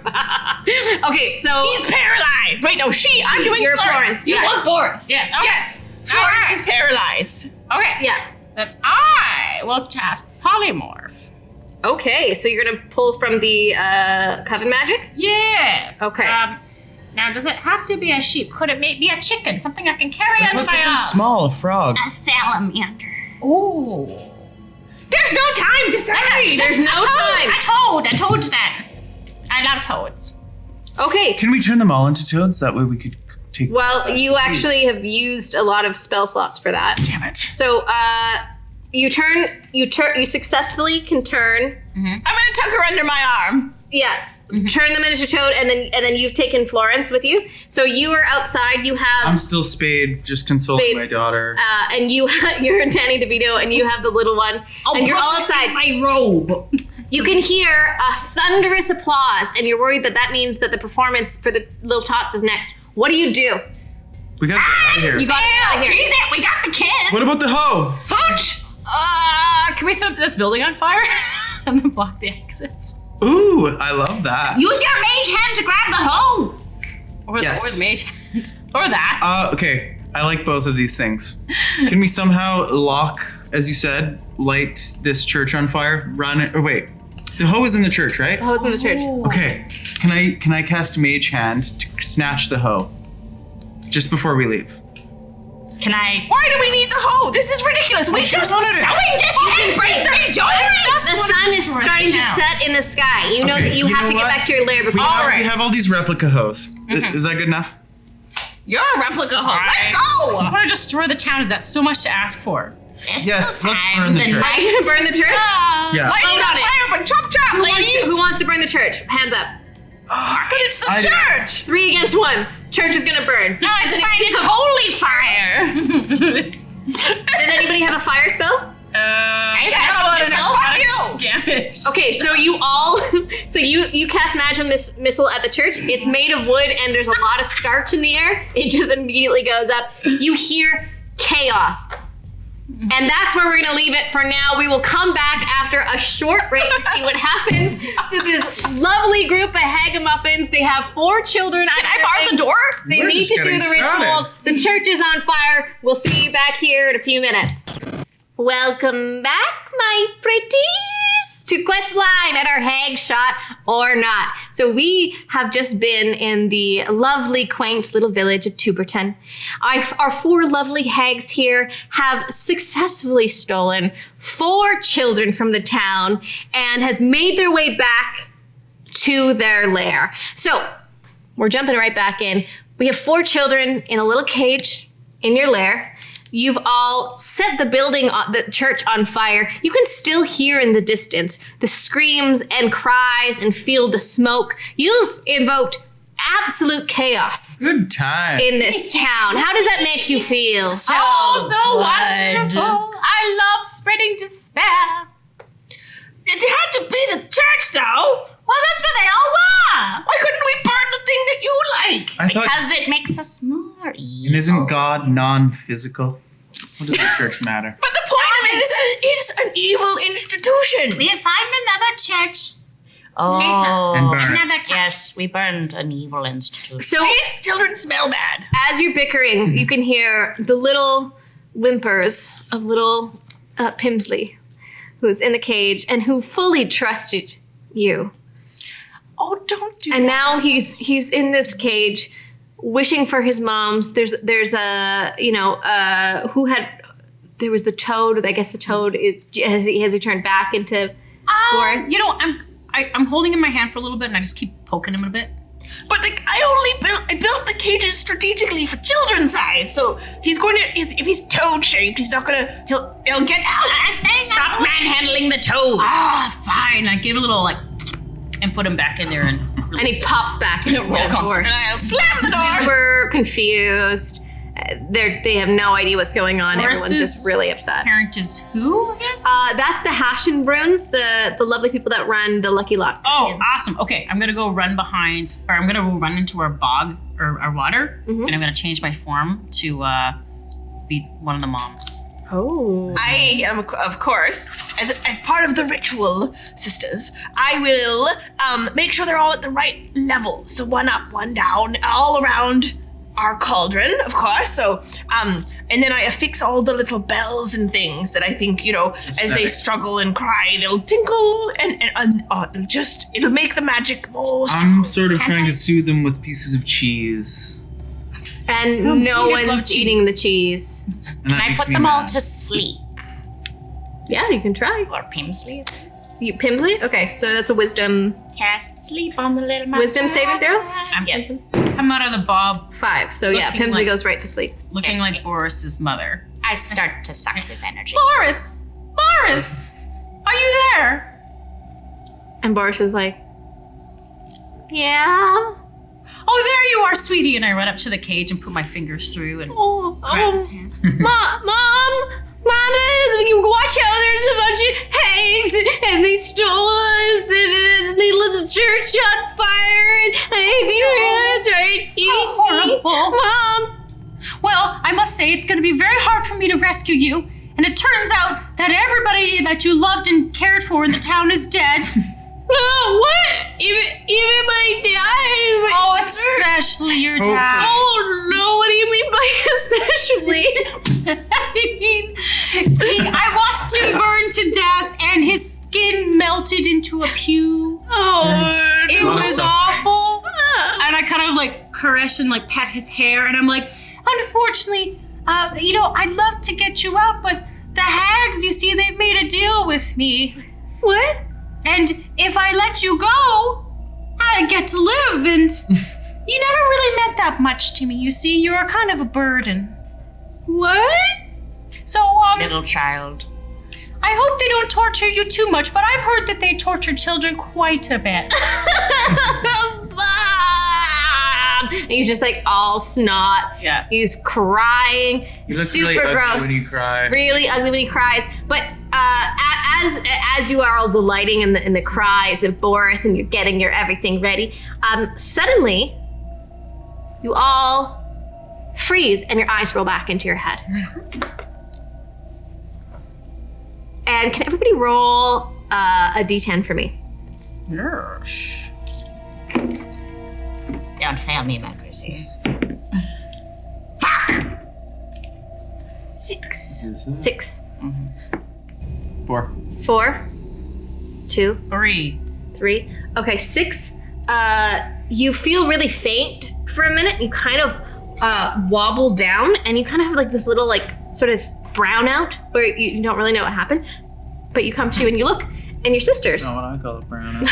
Did you shit your pants? What? It's a brownout. Little column A and little column B, don't worry about it. You look over at your sisters, and their eyes are right into the back of their heads. And you, Beryl, Yes. suddenly you have the all over physical sensation that you are sinking into your marsh. Mud is filling your mouth, but it's not happy. Every time you move, you sink further into the marsh. You feel as though you're in that, you feel that pressure of the avalanche again, and you feel cold, and you feel like the baby inside is dead, and everything is crushing in on you. Your ribs Bittersweet. are freezing, and you are in your bed, trapped, and there's another soul above you, another demon who's your sleep paralysis demon, and he's on you, and you're not in control of this one. He's controlling you. That's really hot. Sorry.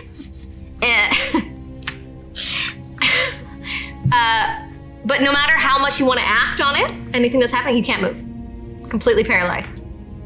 And so you're watching, and you're like, what's going on? I'm back in my hag form, and so I avoiding have the children to see me, because anyone who sees me in my hag form, they all get very frightened. Right.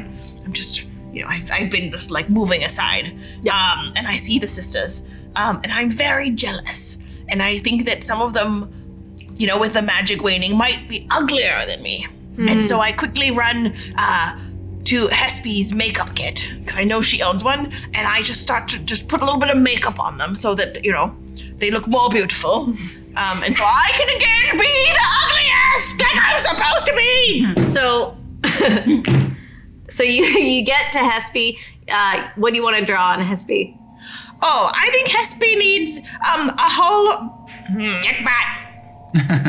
I do. She likes that though, so I wouldn't do that because I'm going to be a bitch about it.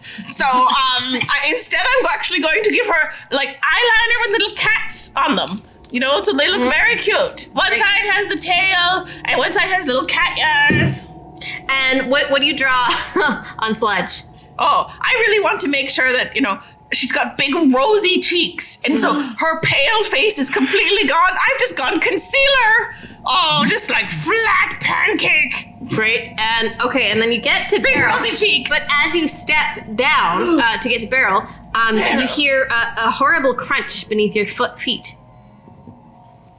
And you look at the bottom of your shoe. Oh. And you see a combination of broken shell and slime. And then you feel a drip on your forehead. And you look up, and the ceiling is covered in snails. Snails. Dripping Beryl slime likes snails. everywhere. Everyone likes snails. Are we still losing? You're still in your little trance. State. Yeah. Okay. So what do you want to do? What do you see? Oh. I'm gonna catch some snail juice. Mm. Can I tell what kind of snail? Roll a nature check. Nope, that one's got dead to me.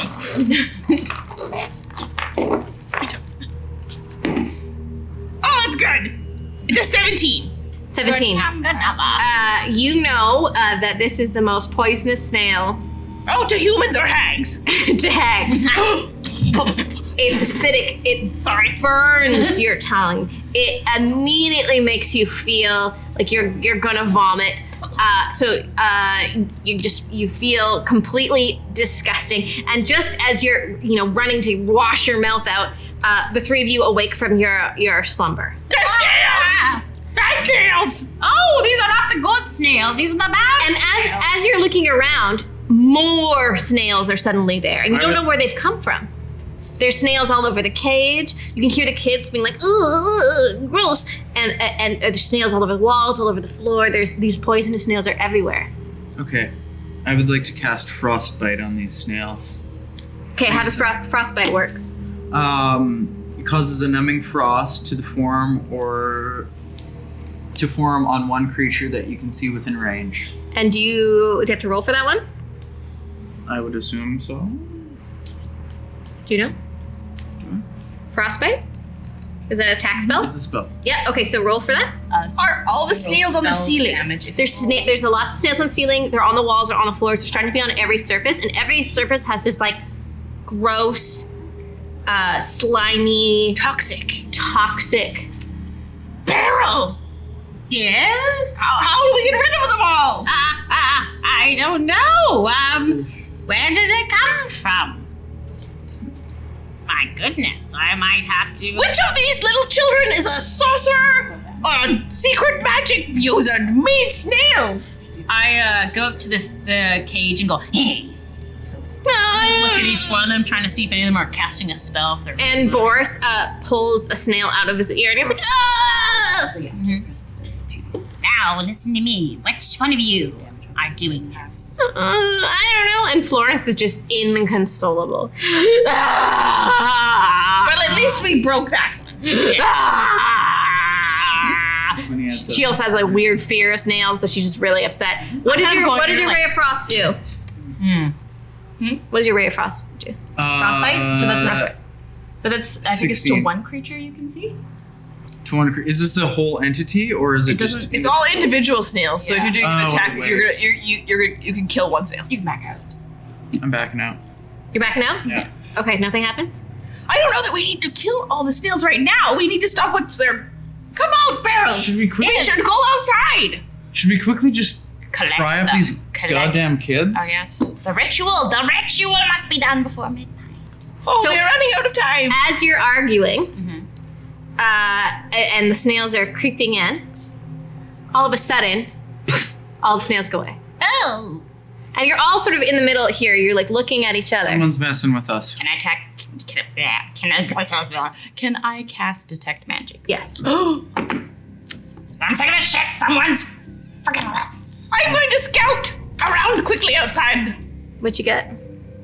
Yeah. You're gonna go outside? There's another sorcerer afoot. One action, range 30 feet. For the duration, I sense the presence of magic within 30 feet, and I believe I can do that at will. Great. Yeah.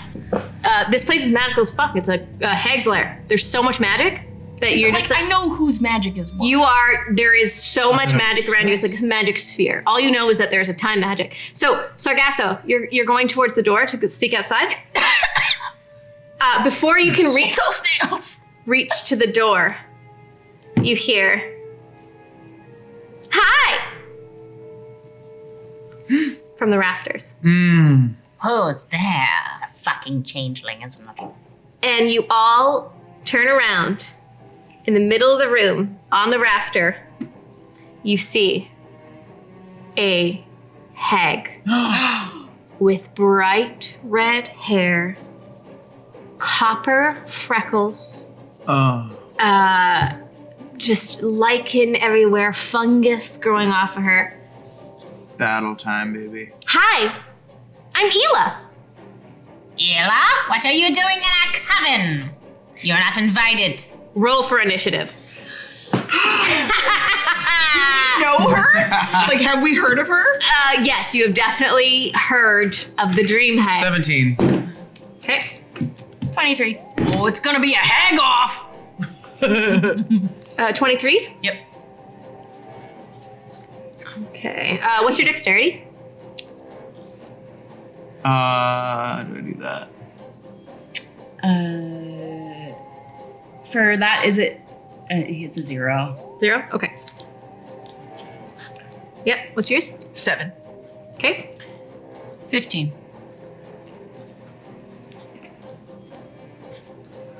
Okay. For a cookie. Bones.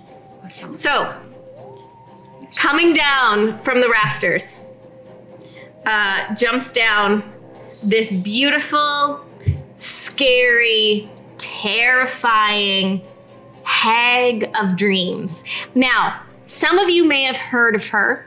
You definitely have, because she lives in people's dreams, so you definitely know who this is. This is a very powerful hag.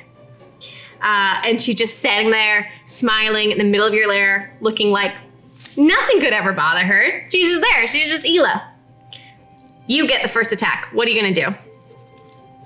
It's a good fucking question.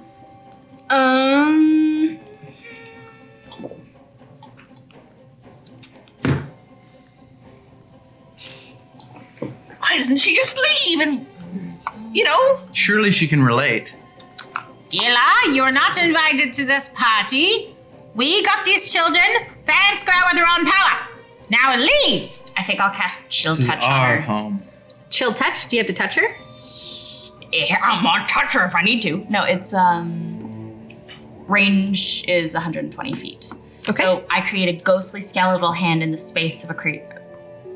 In the space of a creature within range, I make a ranged spell attack against the creature to assault them with the chill of the grave. Okay. Yes, on a hit, it takes 1d8 necrotic damage, and it can't regain hit points until the start of my next turn. And then the hand stays there, so it clings to the target. So can you roll your spell attack? Can. The spell's damage increases by 1d8 when I reach 5th level. Am I 5th level? Yes. Oh, so it's actually 2d8. Great damage. So that is nice. Spell. I'm sorry.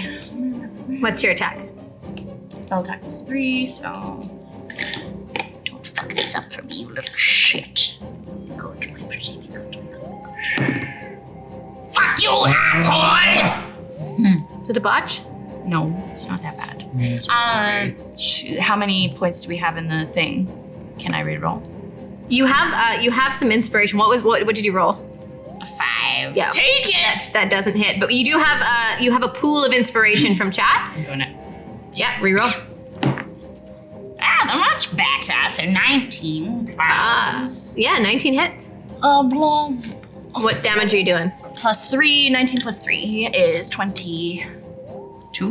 Thank you. 22 damage? Yes. No, she rolled a 19 plus 3 for attack, right? Oh. Yes. Now she's doing damage. Yes. Oh, gotcha. 2d8 is what I said, yes? Yeah. Bueno. Come on, my pretties. That's 10 damage. Okay. And Ela goes, ow! Ugh. And Take that, you rancid dish rag of a hag. Ela immediately, she's standing in the middle of you, and you're facing her there. She immediately teleports to up on top of the cage. You slut. Okay, your lair can go next. What does the lair do? Close any doors. The doors. Lock all the doors. Doors are locked. Okay, yep, that happens. Next is Ela, and then Kenny, you're on deck. So Ela's on top of the cage there. Oh, sorry. Can I use my bonus action to hide? Sure. Okay, sweet. Yeah, sure. You hit. Where do you hide? I'm Shadow, so I just would like to and then maybe just go Shadow? behind something to hide in it. That's Shadow. I'm Shadow. Yeah. Great. Okay. So it's Ela's turn. So Ela's on top of here. So I guess the closest to her would be Sargasso. So she is going to cast Feeble Mind on you. Oh no, not your mind. Yeah. So That involves you need to do an intelligence saving throw for me.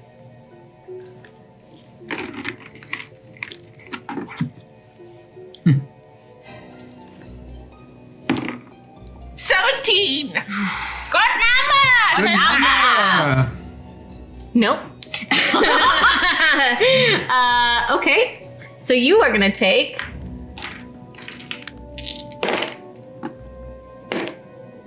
oh shit. So 19 psychic damage. And Go to hell. oh, That's very good. Sorry. 19 damage. Good lord. your intelligence and charisma also scores become 1. And now you can't cast spells, activate magic, or understand language, or communicate in any intelligent way. Oh shit. Well, it's not as if we could understand her. My last breath of somewhat coherent thought, I yell out, motherfuckers, use counter spell next time! There are ways this spell can be undone, but otherwise it would last 30 days. Next up, we got Kenny. That's sludge to you, baby. All right. Sorry. Sorry. You're right. All right, so I'm gonna hike up my little baby bump. I'm gonna take a deep squat. And I'm gonna say, take this, you freckled fuck.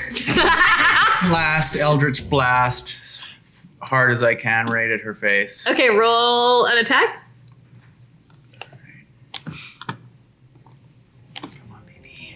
Is that my intelligence and charisma? Yeah. But I'm 18! I know. 18? Yeah. Yeah, that hits. Yes. What roll damage? Roll, how much damage does it do? We did Eldritch Blast. Okay, so Oh. Barrel, you're on deck, by the way. All right. And after Barrel is Roz. Oh, that's a big hit. 14. 14 damage? Yeah. Good one. Is there any additional? No. Sexy. Great. How about that, though? I'm going to teleport over here. Get away from me, you hag! All right, I'm gonna start off by casting using a bonus action to cast Spirit Shroud. Now, Spirit Shroud is a concentration spell for up to 1 minute. Every time I attack, I deal an extra 1d8 of damage, and I can decide the type of damage. So I'm gonna go with necrotic damage. Okay. And then I am going to.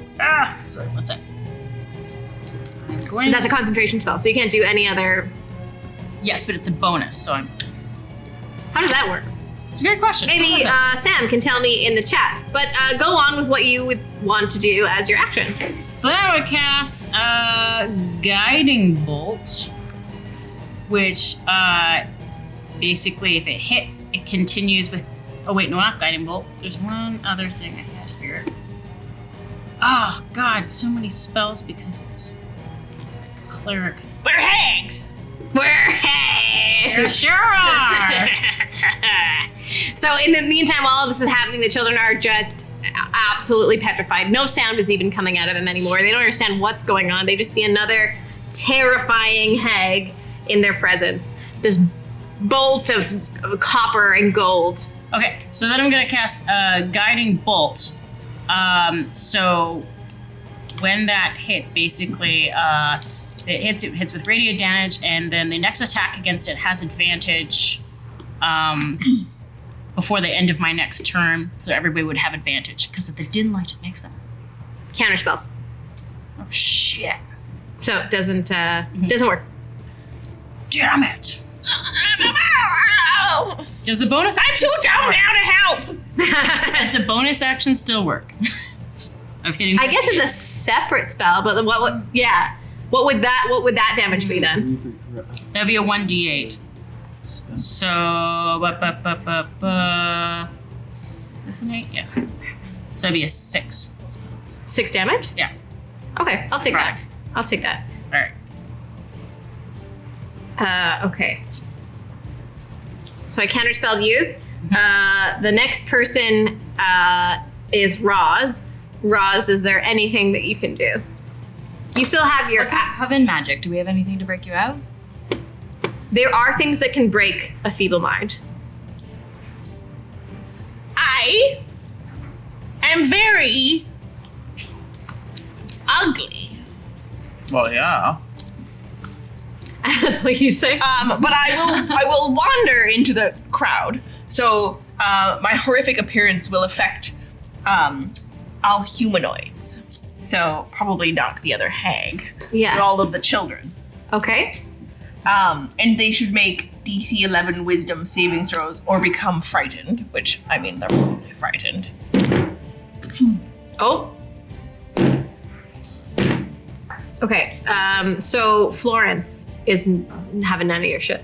And when she screams, I'm not helping anymore. I'm so sorry. I will look at her with the glare that I forget I shouldn't use. Oh no. And I death glare her. And so, if she is frightened within 30 feet of me, she has to make another wisdom saving throw. DC 11. Don't worry, I'm still with child. If she fails, she now has 0 hit points. Florence drops. And she screamed, I screamed. We all For ice cream! Great. We all screamed. I'm just screaming now in the middle of the room. What was that? So, I teleport again. I teleport over to this corner. Bev, it's your turn. Okay. The lair is up next. I'm sorry that I don't know this, but can I make a sneak attack with a witch bolt from my position? What? I took because we had to roll classes, so I have Arcane Trickster as my thing, so I can technically do my thing. As my bonus action was hide, so can I sneak attack with my Can I add sneak attack damage if I'm hidden and I'm hitting them with a spell? And No, I'm a very, very powerful hag. This kind of shit doesn't work on me. sneak attacks? It's not gonna work because I know that you disappeared. It's a very small room. I'm teleporting all over the place. It's not gonna work. Okay. Oh, I will witch bolt anyways. It's only a 9. What are you trying to do? Witch bolt? Yeah. Witch bolt? 9 9 to hit. does Not gonna- not hit. So I'll just stay where I am. Does not hit. And now she's very aware of the direction of that cave in. Can I use my cunning action to re-hide somewhere else? As a bonus? Yes. Sure. Bonus action hide. Yep. So with that thing that everybody Where do I go? attacks her has an advantage though. I'll put the children between me and her. So did you have an advantage? Because the last thing it did, everybody who attacked had a. Oh, but she counterspelled that. Never mind. Yeah. Never Yeah. mind. Good luck. You're a bitch. So I'm gonna teleport to where I think the witch bolt came from. So I'm gonna teleport over there. So now it's the lair's turn. Can the later A trap door. I don't know, Drop something shove on her her? out? Can it I think- abort her?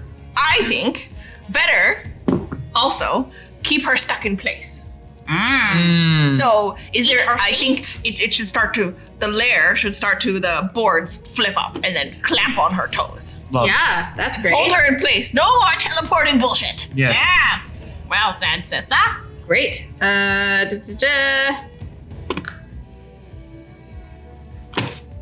Let me just. Yeah, that happens. That happens. Beautiful. Great. So you're. Let me try and make a. I see that the floorboards are starting to come up.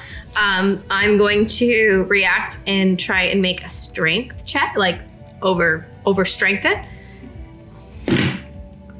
It's very weak. She's not very strong, so she's held in place. Yes. Great. So, Kenny. Oh, it's my turn now. Actually, it's my turn. Well, I tried to break free of that, so that wouldn't be a reaction.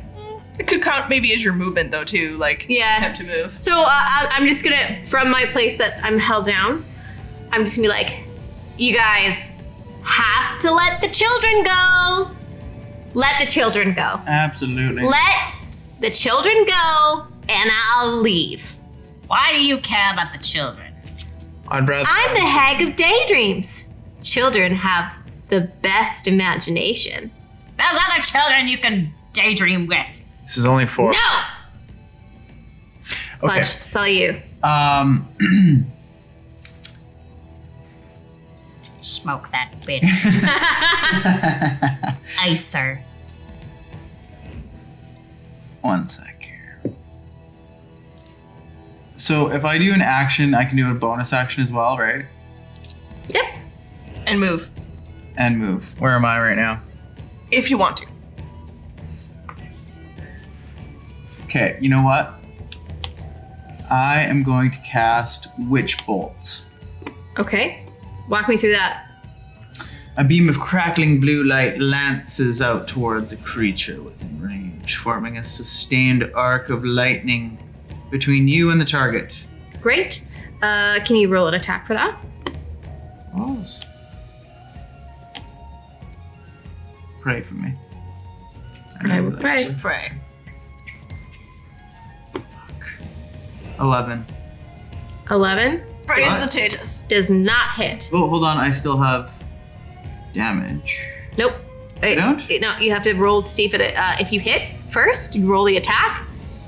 If it's lower than my AC, it doesn't hit, which is what happened. Damn it. So it doesn't hit. 29. So even though I'm standing in place and very much You just take it. it just doesn't do anything. And I'm gonna say, I'm gonna give you one more chance. Release the children. No, Okay. that's gonna happen.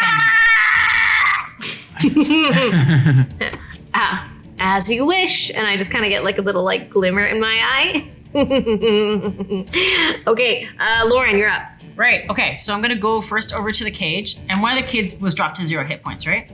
Yes, Florence. So I have a bonus action to where to go? To hit spare the dying. So I'm just gonna like, boop. You're not dying yet. Great. Yeah. So that kid's stable now, and then I kind of get up from that and look over at her and be like, now you listen to me. And I cast, I'm gonna try, is she gonna do it again? If I do guiding bolt again. Well, you just cast a spell. Yeah, So you that can't- was a bonus action. Yeah, it's a bonus action. Okay. She's still got her Great. action spell. Yeah. Unless it's, you know what I mean. Roz, you're on deck, by the way. Uh-huh. All right, so I am going to cast, I'm gonna try Raven Fulfillment back on her, actually. You're trying. Sorry, what? Raven Feeblement. Read it to me. Ray of Enfeeblement. Ray of Enfeeblement. Yeah, so on a hit, the target deals only half damage with weapons attacks. Oh, wait, that's just with weapons attacks. You make them less strong. Yes, Make them feeble. yes, I want to. Not of mind, but of body. Yes. Would that work on spells? Or is that just weapons? What does it say? Well, it would probably make my strength checks to get out of this lair stuff. She would be less strong. That would be less strong. That is a good point. Okay. Sort of. So it's a con of 13. So, yes. Raven Feeblement. Okay. Okay. Oh no, I botched. Yes. Read out what happens when they fail. All right. Ray of Enfeeblement. A black beam of invigorating energy springs into your fingers towards a creature within range. Range spell, blah, blah, blah.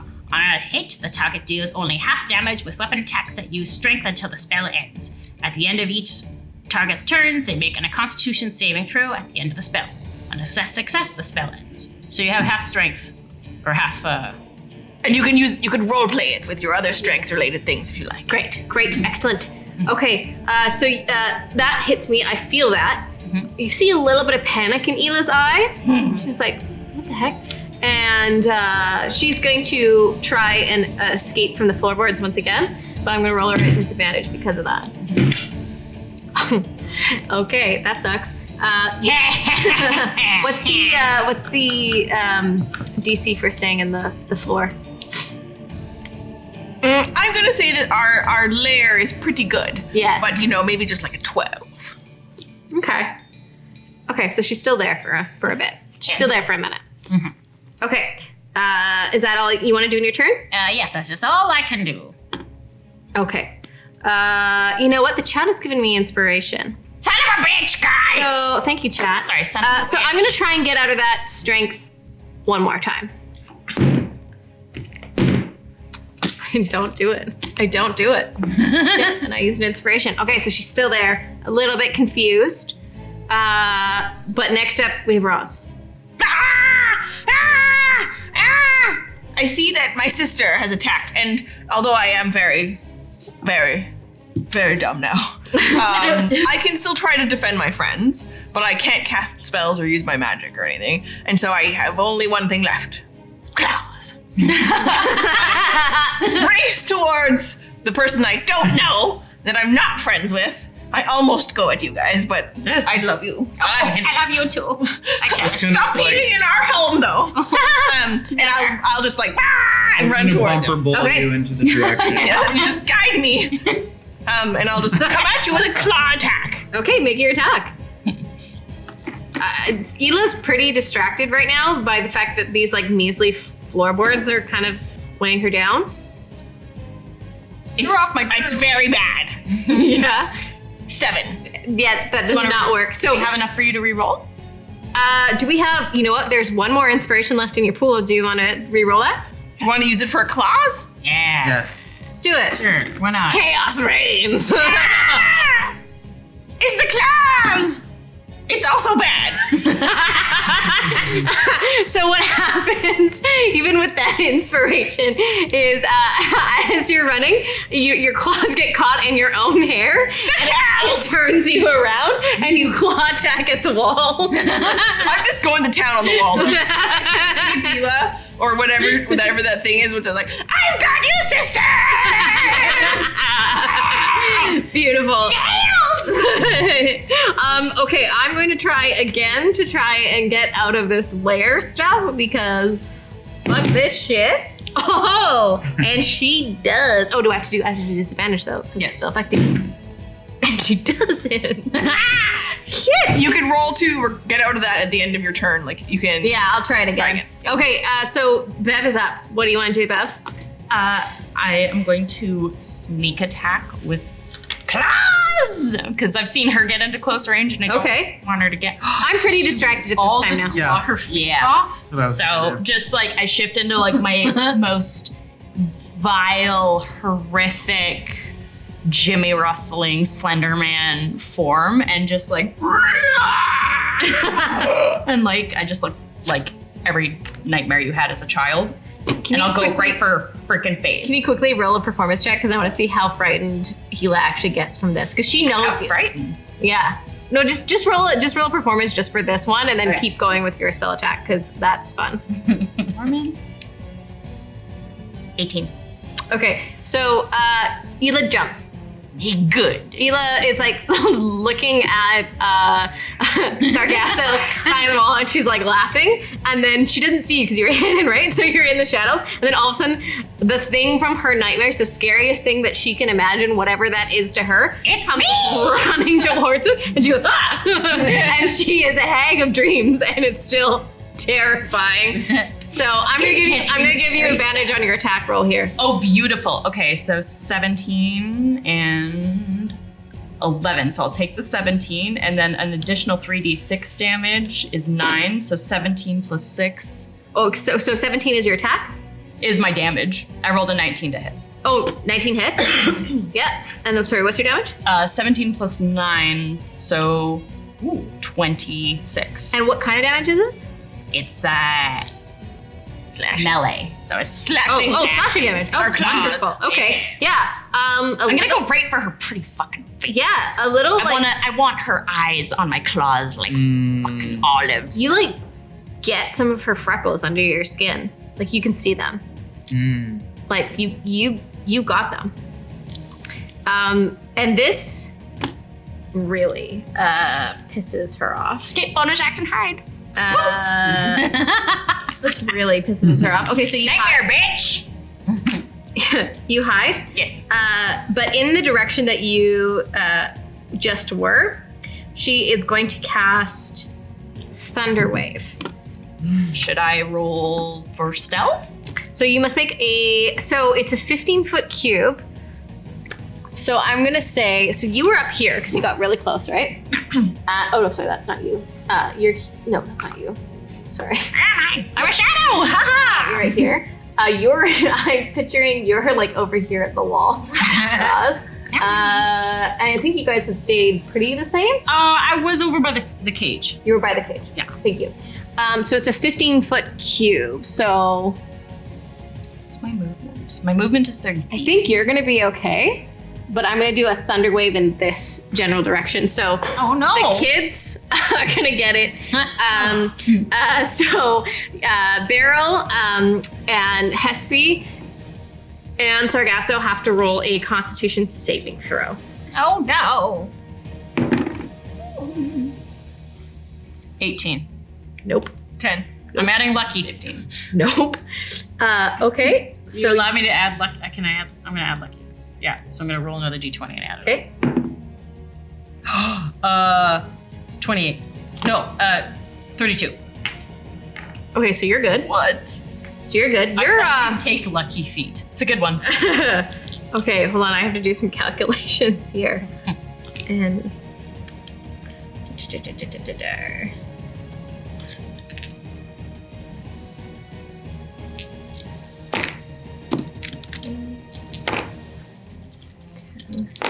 I'm just still scratching the wall. It's a spot that's kind of red, so I think it looks kind of like Ela, but it's actually just some blood splatter from the last time you gave birth. So, so you and you take 34 thunder damage. I'm gonna guess that the kids are all at 0. Oh no! Kids are down. Kids are down. Are you at 0? Oh shit. So that means we have to make death saving throws. Yep. Okay. Do you do one right away, or does it come to your turn? Next time I'm on my turn. Next time you're on your turn. After she does the thunder wave, so you see all the prettiness fade from her as she does this. You can see she's a very powerful druid hag. There's so much nature in her, she commands all the scariest parts of the weather. So when this happens, an absolute vile creature comes over her face, and this thunder that rains out shakes the floorboards, shakes the rafters. It actually, the floorboards actually release her. That's how powerful this hag is. And so once again, she says, "No stealing my children." You just fucking killed them. So what's the issue? No, I'm not dead. The kids are down. The kids are down, but Not dead. not dead. How many? We have 4 kids. Okay. All right. What do you want to do? So next up, I guess it's the lair's turn, because it was just that. Yes, correct. It's the lair's turn. So what does the lair do? Should retrap the bitch. Yeah. Grab her harder. I feel like part of the roof should collapse. and Yeah. just like Pin her down. chandelier smash down on her. Okay. I'm gonna Heavy have. iron cladded chandelier. A Okay. lot of flames on it. Can you roll a d20 for me as the lair? And I'll roll a d20 and we'll just do a match. Fuck. What'd you get? What'd you get? 6. 9. Suck it, nerd. Doesn't happen. So the chandelier moves a little bit. Like Shouldn't we each roll? it shakes. Why are you rolling for the house? Yeah, should we all roll for that? I don't know. I think somebody just takes. I think somebody just takes it on. Yeah. Somebody just takes it on. That means that next up is actually Ela again. So now we have you. Have you stayed there? So you guys have taken a bunch of thunder damage. You can knock me over. You're down. Am I hidden? Oh yeah, and you have hidden. Where do you want to hide? Far away from the world. Like over here? Okay. So the only person in my eye line is Beryl. So Beryl, I am going to cast Sleep on you. No! I have so much healing to do. Mm-hmm. Yes, you do.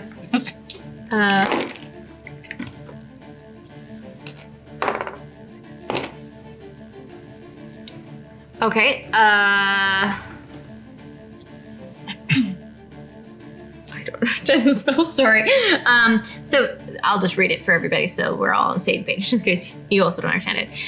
The spell sends creatures into a magical slumber. Roll 5d8. The total is how many hit points of creatures this spell can affect. Creatures within 20 feet of a point you choose within range are affected in ascending order from their current hit points and down. So I'm aiming it 20 feet this way. So the kids are at 0 hit points, so they can't minus anything. You're at 0 hit points, so you can't minus anything. But my hag coven could cast counterspell. That's true. We have counterspell in our coven, and we are within 30 feet of each other. Great. That's true. Let's count. Counterspell, bitch! Counterspell. So, I just pop one eye open. I can counterspell sometimes. oh. Don't forget your lair spells.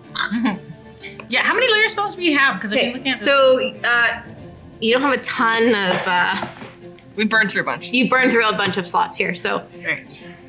you have no 3rd level or 4th level spells. Wait. I don't know if you're gonna let me do it. Is it your turn? Oh, no, it's not. Or it's it's back. She can use her reaction though. If this is a reaction. Well, What do you want to do? Tell me. It's like I'm just looking at my coven variant night hag page, and apparently I have Because did I roll a saving on your thunder wave? Yeah, we saved or failed. Okay, I have advantage on that, so remind me next time. Okay. Okay. Great. Okay, so then the sleeping spell does not take then? No. You reacted? Okay. Okay. You So had coffee! the next step is so that doesn't work. So Ayla kind of looks around and she's like, just let the children go. Never! Just fuck off! I would like to roll insight. I'm having some labor pains right now. Okay, roll insight. Are you inciting on the baby or on I'm checking out my own well-being here. Fuck! Something's happening. We didn't get our fries. I still have some. You got them? You Yeah. get the fries? Yeah, of You're just course. gonna like give birth to my. Okay, it's a 2. Okay, so Is that good or bad? yeah, what's going on? Describe to me what's going on in that little belly. All the stress has just really caused a lot of I feel some pressure. Is your baby You feel some pressure? eating you from the inside out? Okay. And I'm wet. MVP. Yeah. Your water broke. Shit. Your water broke. Couldn't have been better timing. Okay, so what do you want to do about that? It's your turn, so I'm going to say that That wasn't your action. That was just a Yeah, that was just us. That was some RP. that was just an inner hag woman thing they needed to, or person with uterus knowing. I'm gonna really just harness all that power of pain into another Eldritch Blast. Okay. Does that give them advantage? Oh. Do they have any advantage left? Let me just double check.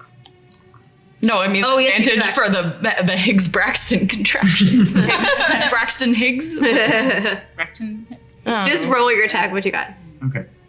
I don't trust my physical dice. You don't trust your dice?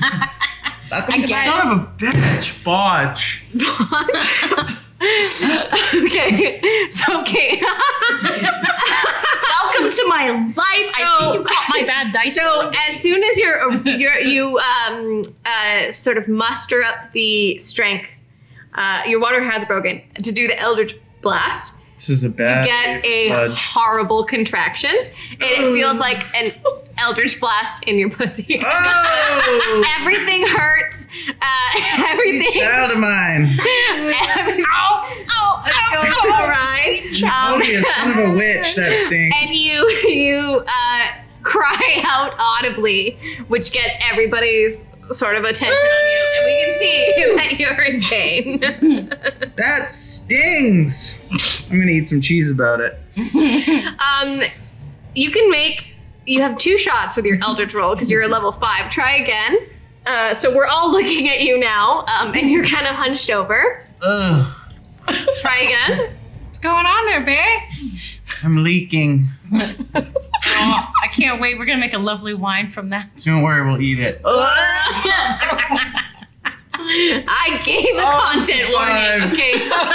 we found the boundary. What did you found the get? hag grossness boundary. 5. So it's not quite a botch, but again, every time you try, every time you try to do something, it's just like an electric shock in your belly. Oh God. So we're all looking at you.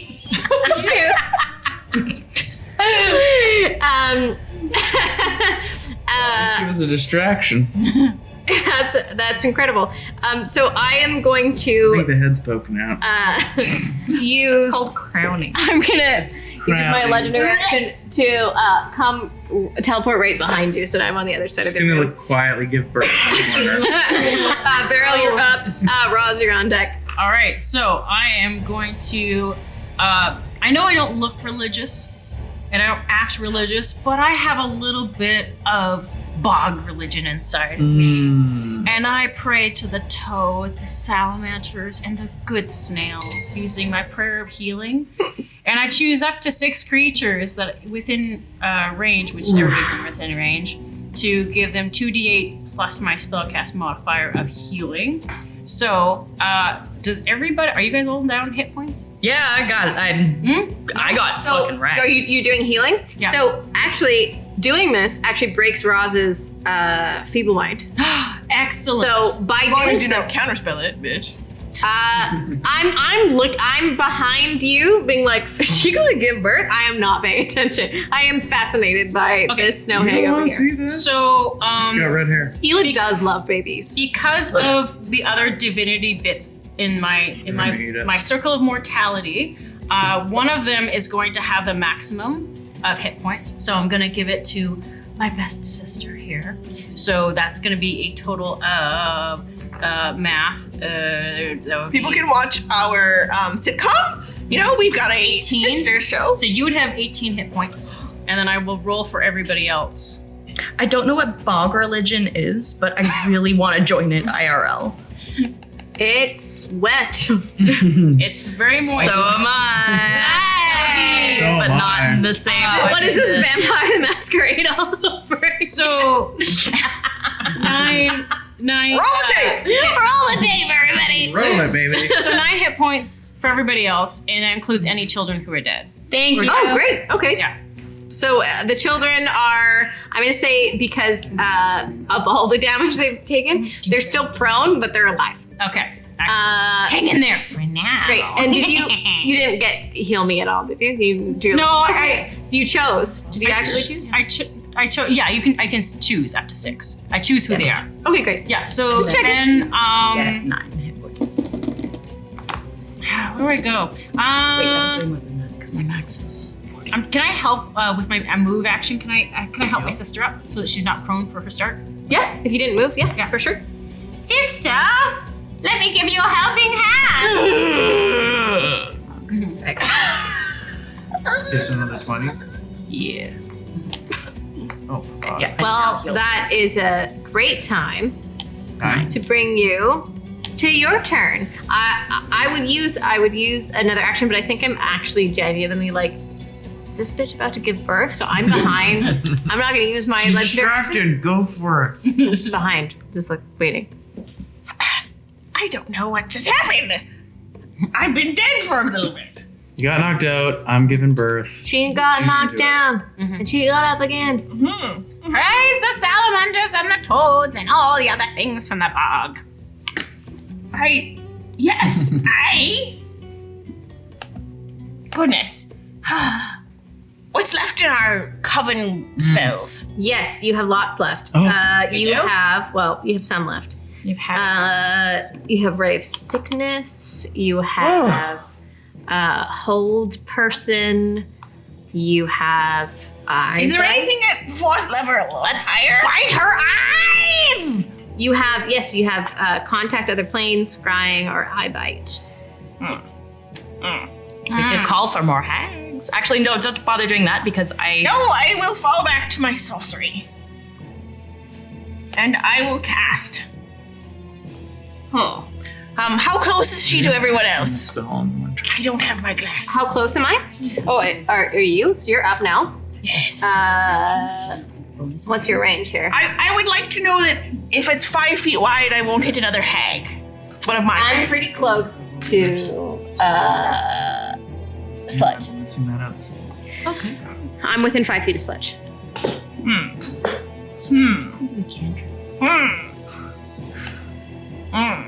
Okay. Oh, you also have Lightning Bolt in your pool. We do. We've got a bunch of good things. Oh, let's lightning bolt her ass. I will cast Lightning Bolt from our spells. Great. So 100 feet, but it's still 5 feet wide, so I'm going to have to nudge it to one side. Okay. You know, I don't want to hit anyone else. So she occupies a 5-foot space. Yeah. Okay. And then she needs to make a dexterity saving throw. Okay. 18. Fuck. On a failed save, she still takes half damage. Okay, what do I got? 8d6. Let's all roll some because it's the coven spell. A 6. D6s. 8. So everybody roll 2 d6s. Oh, I got a 1 and a 6. 7. I'm counting on your math here. 5 total. 7 and 5 is 12. 6. 18. Another 11. Ooh, 29. Okay. Yes. But she takes half damage, Oh, so right? yeah. Yes. Rounded down? Or rounded up? Round down. For 29. Okay. Okay. So that's 40. And anything that isn't being worn or carried that is in the way starts to light on fire. Worn or carried that is in the way. You're liking. Yeah. So I'm really. I'm guessing, looking at it, am I like, is the cauldron on fire, or anything around it? There are some books and shit on the floor. Like there's some weird. Not anymore. So the clutter that is the lair is starting to turn to ash. Oh, our beautiful home. Yeah. We needed those components. Okay. I am going to cast for my legendary action here. Uh-oh.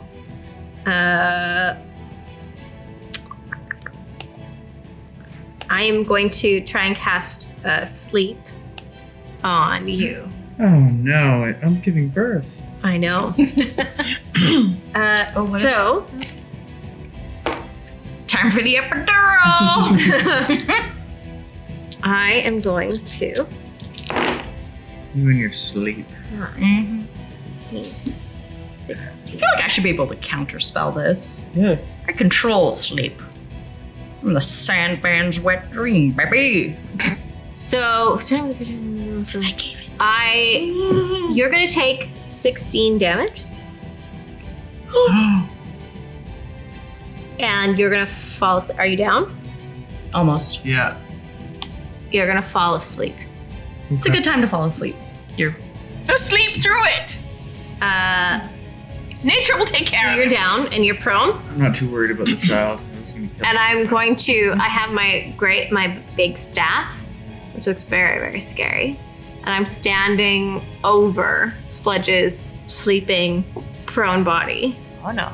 And I'm going to say, let the children go and we can work out a deal. What if negotiations first. we gave you this baby coming out of sludge? It'll be a princess. A snowy, icy princess. Yes, surely that's worth 4 worthless, dumb little fat children. It's not a regular child. You're unconscious. Shut up. Sorry. But that's right.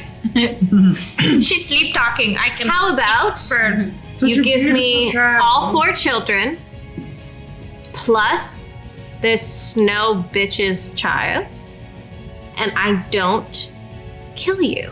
Well, if we don't complete this spell, we are just as good as dead, so you're not gonna get anything out of us. We're still a coven with 3. You're You know, obviously not that. If sludge doesn't make it, Bev, you're up next. Sneak attack! I'm gonna go for a fucking throw! Okay, so how sneak attack because you're invisible, Yes, but I can see invisibility. I'm not invisible. I'm hidden. It's different. Hidden. Yeah. And I'm talking. You know what? Actually, I'm gonna allow this one. Yeah, because I'm this way. I'm standing over this bitch's body. I'm this way, and I'm looking at these 2 because those are the 2 that I can see. So I'm gonna say the sneak attack can totally work for this one if she hits. if she hits. Yeah, 20.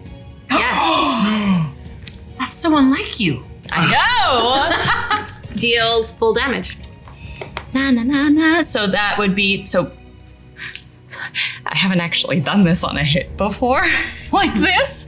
So if it's maximum damage, then 4d8 plus 4 would be 4 times 8 plus 4 32, plus 4 36. 36. Or no. Yep, and then plus 3d6. So 3 times 6 is 18. 18. So 18 plus whatever we said before. 6. Yeah. Yeah. 18 plus 36. That's Okay.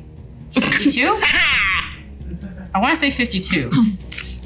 Gulgars! Lots is what it is. I'm gonna cast a spell called Gulgar! Ela falling unconscious. Okay, what were my numbers again? 36 and 18.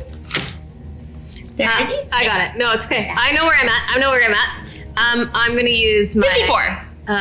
Legendary action for this round, and I won't be able to use it again. Can you do that on a crit? Huh? Can you do that on a crit? Her legendary actions are her own. This is a homebrew character. Yes. I'm gonna cast that out. So that's going. I'm going to nudge my sister while you do some figuring. Yep. And just be like, Beryl, Yes. if things go completely sideways, just tits up, I think we could escape through the secret passage in the pond corner. Oh, that's right. They don't know about it because they don't like water. Yes, the secret passage. We could do that, but we're not going to make it very far if we don't complete this ritual. It's just less magic. And I'd sooner die. Really? Okay. I don't know. I just was dead. I don't agree. If you're paying attention, Ela is in the still standing over you. She has taken her staff out, and this beautiful swirl of like sparkly copper magic has come around her. And when she comes out of it, she's looking a lot better. Oh no. Oh, stop healing. So the next step is the lair. What do you want the lair to do? Fucking kill her! Really dislike this bitch. Can a layer like throw her in the pot? No. No, it can. You can manipulate like sort of the physical aspect. So maybe the pot could tip over. No, not the precious potion. Layer it down. You could try it through the chandelier again. Can we yeetus the fetus at her? Maybe we let the kids loose. What? Catch them again, but it'll distract her. They'll run. Maybe she'll think something is happening. Let the kids loose. Okay, let the Alright. kids loose. What should I roll for that? I think they're loose. Okay, let the kids loose. So am I. I'm just gonna. Okay. I'm just gonna roll for my perception of that. If I notice that. She'll want to protect them. She'll go for the children. Okay. Interesting. Chaos. So the children are loose.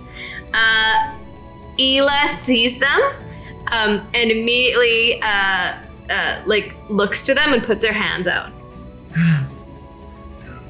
The doors are all Does locked. that give me an attack of opportunity?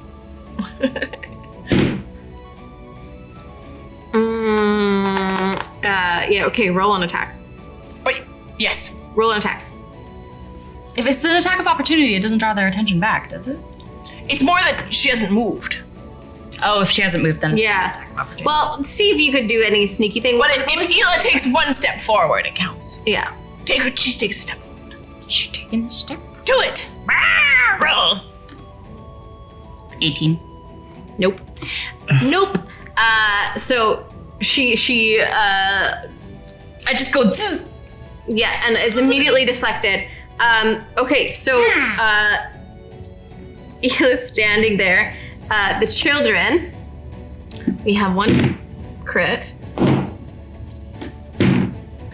They won't all go with her. They'll Okay. panic. So the Boris Not the fat child. runs to her, immediately grabs her hand. No. Pimsley, Kimsley's still asleep as far as I'm concerned. no, he's not. He's all healed. I use my staff of healing. Slut. Pimsley runs towards Ela, grabs her other hand. I have regrets. I'm so sorry. Florence runs towards Ela, Oh. hugs her. But Miranda, the small one with the pigtails, who always knows what's going on, she's absolutely frozen. She's standing in the door of the cage, and all she can do is just stand there and look at you all wide-eyed. It's your turn. I thought I was asleep. You're asleep. Do you want to roll? How do you I get think out you of sleep? can roll a wisdom check, I believe, to wake up. Every time your turn comes up, don't you have to roll to wake up? Let's see what Sam says. Sleep spell. Let's check the sleep spell. Check the sleep spell. Tom. I don't have that spell. Tom. And then. No, the sleeper. No. Duration. Sleeper is still asleep unless somebody actively wakes them, which you can't do unless it's your turn. So we're just going to skip Sludge's turn. No. And we're going Baby try. What if the contractions wake me up? Nope. You're asleep. So we're going to go Lauren's turn. Okay. If I kicked Sludge, like in the uterus, would that wake her up? Yeah. Roll an unarmed attack. Beryl, I'm always so proud. You never fail to kick a sleeping pregnant woman in the, largest part of her body. 18. 18. What's your AC? 17. Okay, so that works. So How many hit points do you have? Good question. you got one. Is it only one? Yeah. So you kick her. She wakes up for a second and then gets knocked unconscious. She's down. Oh, Why was that your choice? Just shake her. Is there anything else you want to do? My bonus action, spare the dying. So he becomes stable. So yes. God damn it. So back to one hit point? Yeah, back to Back to 1 hit point. So you're, Oh god. so you're, what a journey, my friend. Welcome back. Sludge, can you roll a d20 and add your nature for it? Add my hooey whatty? Your nature. I just want to see how dilated you are. Roll for centimeters. Out of it. Do I roll again? Yes. Roll again. Yeah. Okay. It's botched. Okay, so Are you shitting me? This is just the D20s and the ones over here. So what's happening then in your body is you're just getting excruciating contractions like you're about to give birth, and the pressure like the baby's up against your cervix. But nothing's happening. It's actually not coming out. You're just feeling like you're giving birth, but nothing's happening. So you're at 1 hit point and you're in the most pain you've ever been. I kind of like it. Okay. Okay, Given the amount of times you've given birth, it's surprising it's Yeah, been there, done I that. still have an action. Hot dog. Because I used my movement. Or You with used a your, kick. you kicked, you used your action, and then you're done. You're fucking done, dude. You're so done. Okay, Ela is going to use some movement to come over to. So it's gonna be right in front of you here. Gonna come over Does she this have all way the kids with her? and to grab Florence. Yes, I have the other kids with me. No. Can I, wait, if she moves away from me, then I get an attack of opportunity. Attack the kids. They have lower AC. Yeah, I'll give you an opportunity attack, but I'm gonna make the DC a little bit higher because of the power that is Ela holding 3 children right now. So there's a lot of nature power. 19? Yeah. Okay.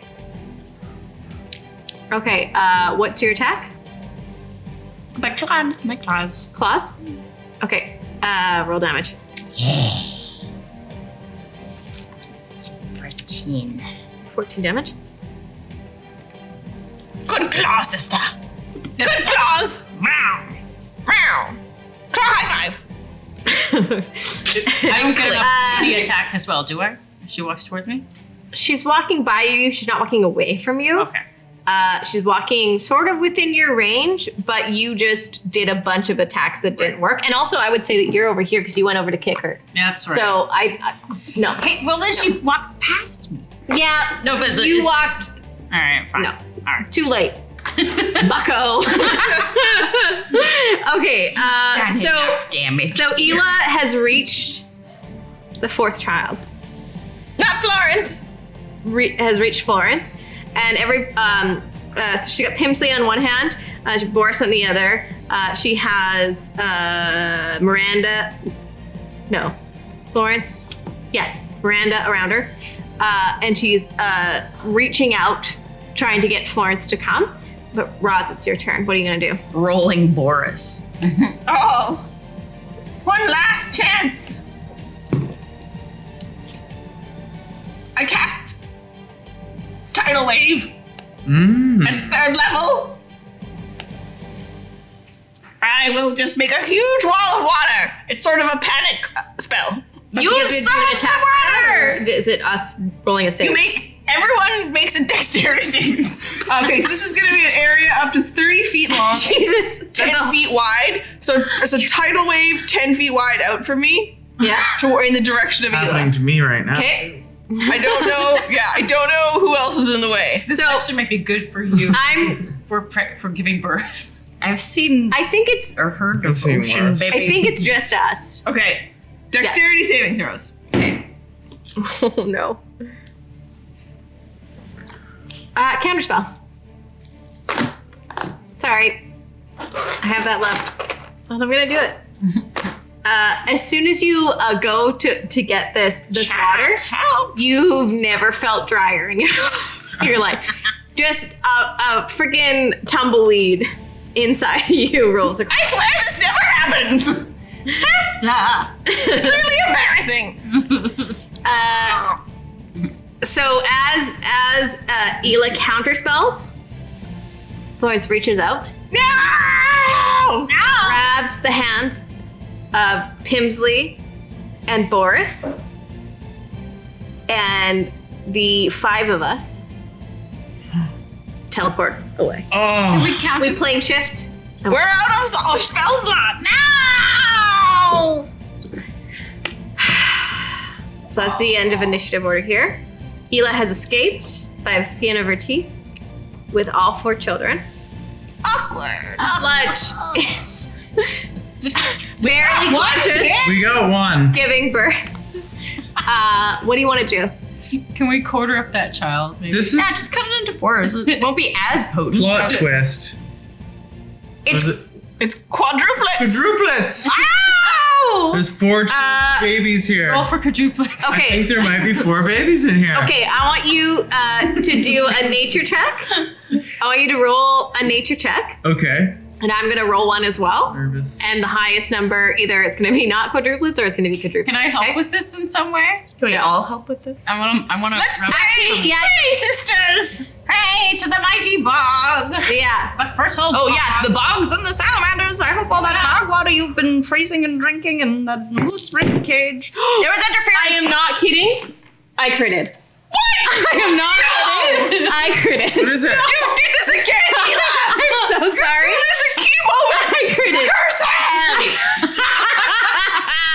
Bestow curse. It was a 3. So as you push and your sisters surround you and you all are filled with this like hope